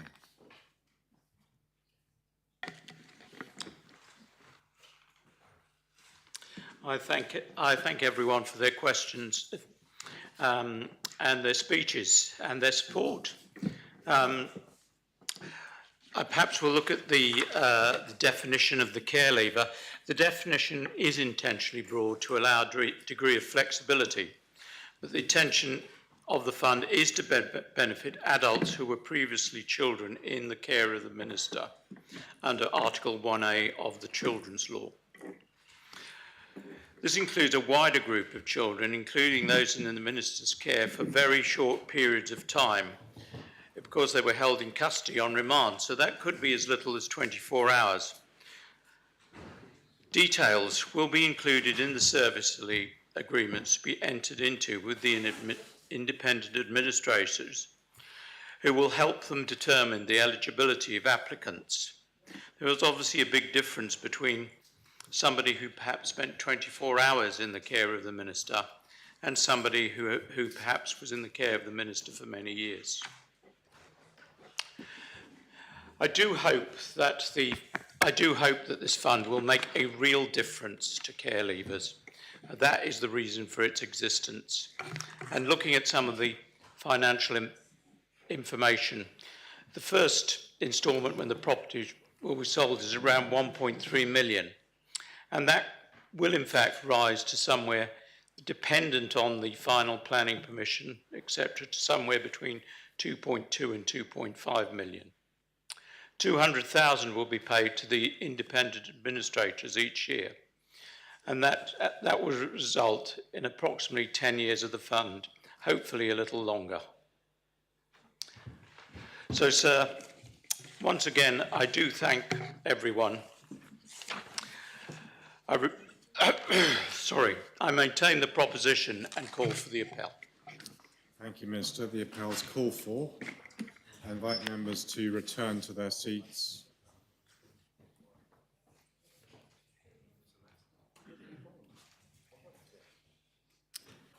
If members have had the opportunity of returning to their... Oh. Is there a problem with the voting system? No. Members have had the opportunity of returning to their seats.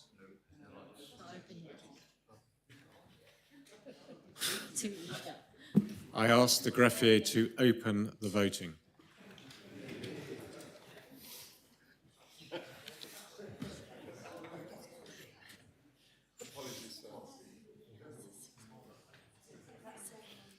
If members have had the chance to cast their votes, I ask the greffier to close the voting.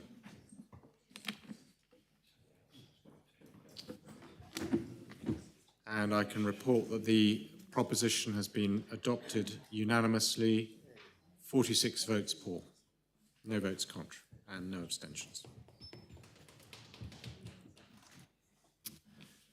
Very well, the next item of public business is the Lobbying Guidance and Engagement Code for elected members of the states, which is P34, which has been lodged by the Privileges and Procedures Committee.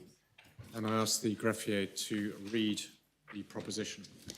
The states are asked to decide whether they're of opinion to approve the Lobbying Guidance and Engagement Code for elected members of the states as set out in Appendix 1 to the report accompanying the proposition, effective from the 7th of June 2026. Thank you. Chair of PPC, I invite you to propose the proposition. Thank you, sir. This has been brought by the sub-panel, the Machinery of Government Subcommittee, and I would therefore ask the rapporteur to be the chair of the committee, Tom Coles. Deputy Coles. Thank you. Deputy Coles. Thank you, sir. And sir, I'm going to start by paraphrasing Dickens. Lobbying was good to begin with. I had planned a bit of a dull speech addressing the need and the importance of some form of lobbying register, sir, but as this week's progressed, I've decided to rewrite this and make it a little bit more interesting and take everybody on a bit of a Tolkien-esque adventure. That will still probably be a bit dull. Anyway, sir, Book 1, The Fellowship of the Definition. This has been an adventure into... So this adventure goes into how we got onto the subject of a lobbying register and why it has come before the Assembly in its current form. And we start in Middle-earth, the middle of the term, when Deputy Moore brought her proposition to publish ministers' diaries. As the chair of the Machinery of Government Subcommittee, I addressed concerns at the time about the lack of clarity to the public and people engaging with ministers about what would be published. Though lobbying exists in Jersey, the question has always been, what is lobbying? And this is often confused with the massive lobbying machines that we see in the US. On rejecting Deputy Moore's proposition, I did commit to bringing this to the Machinery of Government for further consideration, and this proposition is the result of those considerations. Sir, it is fair to say that many of the discussions that were had really stemmed around the definition of lobbying and what lobbying in the Jersey context actually is. After many, many backwards and forwards and long adventures, we wondered why we didn't take the Eagles to Mount Doom to begin with, but anyway, we did settle on a definition of lobbying. And for those who haven't read it in the report, I will just reiterate it, and that is a person or persons representing an organisation, body or group with a shared purpose who seeks to influence a state's member to support a particular outcome. We think that this definition works well because of what it doesn't include. It doesn't include this definition doesn't include an individual representing their own views on a particular subject. But what it does include is if that person has a business and that their view that they're trying to press onto a member will impact upon their business, then it is lobbying. The definition does not include when a member of the public wants help or assistance with a personal matter, like income support. Our discussions also crossed into the questions of when does lobbying happen and when should it not be considered lobbying. So, in a small jurisdiction such as Jersey, it is perfectly reasonable to expect that states members will have friends and relatives that could also be considered lobbyists. It is also important for us to clarify when we're discussing government policy with our friends and families in an informal setting that this isn't lobbying. So if this was lobbying, I would need a PA just to record my interactions with my mother-in-law. On to book 2, The Tale of Two Lobbies. So lobbying can be viewed in many ways, but for keeping it simple, I asked ChatGPT to write 2 paragraphs, one framing lobbying in the negative and one in the positive. Lobbying in the negative. Sorry if my projection of this isn't so negative. Lobbying can be perceived as a mechanism through which powerful interests exert disproportionate influence over the political decision-making. Critics argue that the allowance of corporations, wealthy individuals, or the well-resourced groups to shape legislation behind closed doors, often prioritising private gain over the public interest. When transparency is limited, lobbying may undermine public trust in democratic institutions by creating the impression that policy outcomes are determined by access and influence, rather than fairness and evidence. God, it's gone quiet. In its worst forms, lobbying risks distorting democratic processes and marginalising the less powerful voice. Lobbying in positive frames. Lobbying is a legitimate and valuable part of the democratic process. It enables individuals, businesses, charities and professional bodies to provide decision makers with specialist knowledge, lived experience and practical insight into how proposed laws or regulations may affect different sectors of our society. Effective lobbying can improve the quality of decision-making by ensuring legislation is informed, evidence-based, and responsive to real-world consequences. When conducted transparently and ethically, lobbying promotes civic participation, strengthens dialogue between government and stakeholders, helps ensure that diverse voices are heard in the development of public policy.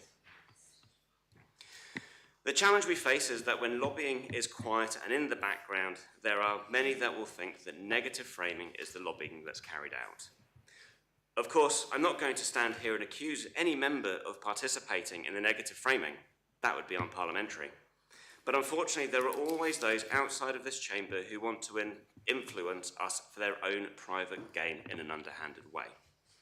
That is why bringing forward some form of lobbying register will help shift the view of lobbying from the negative towards the positive. From backroom dealings to public policy engagement, agenda pushing to advocacy, undue influence to interest representation. Sir, lobbying is legitimate. It is not a threat to this, democracy, but a feature of it, and we should not be afraid of it. Lobbyists shouldn't be afraid to hide. In fact, some that charge a membership fee might want to be clear about their interactions and the amount of interactions they have with members to show their membership they're getting value for money. So this assembly needs to support positive lobbying. Book 3, The Return of the Proposition. Thank you. So I think it is clear through our interactions even within my own party about how this register as proposed is far from perfect. What is proposed is an attempt to reach a balance. The chair of PPC was clear, even before he was chair, that he wouldn't support anything that imposed any new legislation. That is why this register is voluntary. It became clear without legislation, the obligation for lobbying groups to provide information would become very difficult. Devising a mechanism that would allow us to collect and publish this information would be timely, costly, and a bureaucratic nightmare. The only solution that seemed to overcome these hurdles was to place this burden onto members. To ease this burden, in its current form, there is no time frame when you have to register your engagements with lobbyists, and there are no consequences should a member forget. I know the question is, if there is no consequences, what is to stop a member from simply not following the register if it's adopted? I'll say simply nothing. The hope is that peer pressure from other members from completing the register will encourage others when the public questions why there are no entries on their register. So to the register itself. Personally, I think the register is simple. Just a few short entries on each interaction. You record the date, your own name, who initiated the interaction, because it's a legitimate part of our policy making to actually engage with groups themselves, and reaching out to them, again, is absolutely legitimate, but should be publicly accessible. And then there's a vague description of the lobbyist. Now, it has to be vague at this point because while we haven't got any legislation behind, the idea around data protection became a sticking point, so we figured that vague would help us get something through. And so we encourage members to publish things like a representative from the construction industry or a representative from one of the island's utilities. Then there is a free comments field, free to put anything or nothing. Personally, this is where I would want to record how I interacted with that lobbyist, because lobbying isn't just face-to-face. We all receive a large number of emails. Some are directed to all states members, and others are directed to us as individuals. Personally, I would only be registering the emails that are emailed directly to me, because these are the ones that I am most likely to interact with by issuing a response. And I think it's at that point when we issue the response that we have actively engaged with the lobbyist. We might receive phone calls. I think these should be recorded. But again, this is also a learning experience in this first time of this guidance, of this register. Now we have situations, again, small island, where we're stopped in the street and in the supermarket. I would suggest that some of these need to be taken on a case-by-case basis. I was once an hour and a half inside Waitrose when a member of Jersey's fishing industry stopped me for a chat. In fairness, I have known this individual for a very long period of time, and it went from a personal chat into why we should support the fishing industry and things like that. And you can feel when that interaction changed from just being friends catching up into that point where you are actually being engaged by somebody who represents an industry. But again, as a learning experience, we can find out when these things are being logged and whether we need to tidy them up at a later date. But this is why it affirms the belief that this should stay as a voluntary process at this time. And I also should remind members that this will start for the next intake of members and not us straight away in these last few weeks trying to get our head around it. And it will be part of the training issued to 2 new members in their inductions.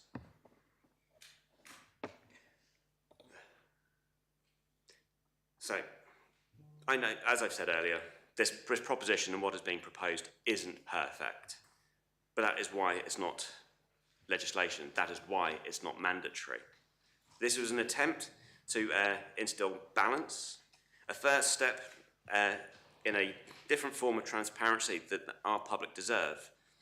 And so I ask members, after this terrible tale of adventure, are you prepared to take the first step in this new form of transparency to the public? So, sir, I make the proposition. Thank you, Deputy Coles. Is the proposition seconded? Does any member wish to speak on the proposition? Deputy Rob Ward. Thank you, sir. We've got about 6 minutes, so I'll be 6 minutes. So I'm going to speak against P34/2026 for some very specific reasons. And let me be clear from the start, I fully support transparency, I support openness, and I support anything that helps islanders understand how decisions are made on their behalf and the influences on those decisions. I refer members to the fabulous piece of work of P115 2025. And there is still time, sir, for election hopefuls to sign up to that voluntary code. But this is where we start the process. It's a voluntary code. Who will sign up to a voluntary code? That's going to be an interesting process. So what we have in front of us today simply does not go far enough in a specific area. The proposition sets out a new lobbying guidance and engagement code, and it offers what is described as a public lobbying register. But it's a voluntary register, dependent on members choosing whether or to record their interactions or not, and it's a state members register, our interactions. And the report makes it very clear that it is voluntary. So we cannot build trust on voluntary disclosure. The stated aim of this register is to increase transparency and public trust by documenting who is seeking to influence members' decisions. And that's a good aim, a very good aim. But the mechanism to achieve this simply isn't strong enough. A voluntary system will inevitably be incomplete, not because members don't care, but because life is busy, interactions happen quickly, and without a formal requirement, things will be missed. And those gaps, those missing gaps, are exactly what undermine trust. Islands deserve a complete picture, not a partial snapshot. And so the key objection from me is that the lobbyists themselves must be accountable. The code before us places the responsibility solely on members to record engagements. There is no requirement whatsoever for lobbyists engage themselves to register, report their activities, or be subject to oversight. And we have a small self-determining jurisdiction. As a small self-determining jurisdiction, we are vulnerable to influence, particularly if the groups are invisible to public view and accountability. I'm not anti-lobbyists. We just need to know who you are and who is funding and influencing you. So we have an imbalance. It means that those with influence have no formal obligations, while those being influenced are left carrying the responsibility. That, to me, sir, does not work. It does not reflect best practice elsewhere, and it does not reflect what a modern democracy should be doing. Guidance is not the same as enforceable standards. And we're told there are no financial or staffing implications from the proposal. That's because there's no enforcement mechanism, no oversight, no sanction, nothing to ensure completeness or accuracy. Without those things, this becomes a matter of goodwill. And while I trust my colleagues, a system built on goodwill alone cannot deliver the rigour the public expects. A mandatory register would protect the integrity of this assembly. It would also protect members from speculation or unfounded accusation. That should matter to all of us. And I believe that any mandatory register must include a register of lobbyists themselves. We then know who we are talking to. We know the influences. And it may be, sir, that we make the choice not to engage with particular lobbyists. Now, that's our political choice if we want to make it, and we have to be accountable for that. But at least we know who people are. So we often talk about rebuilding trust, we talk about transparency, and here was a chance to demonstrate it. But if we approve a voluntary system, we risk doing the opposite, creating a framework that looks like transparency but isn't strong enough to deliver it. So we can and we should do better. I'm not dismissing the work that's gone in the proposal. I understand that it's a difficult process.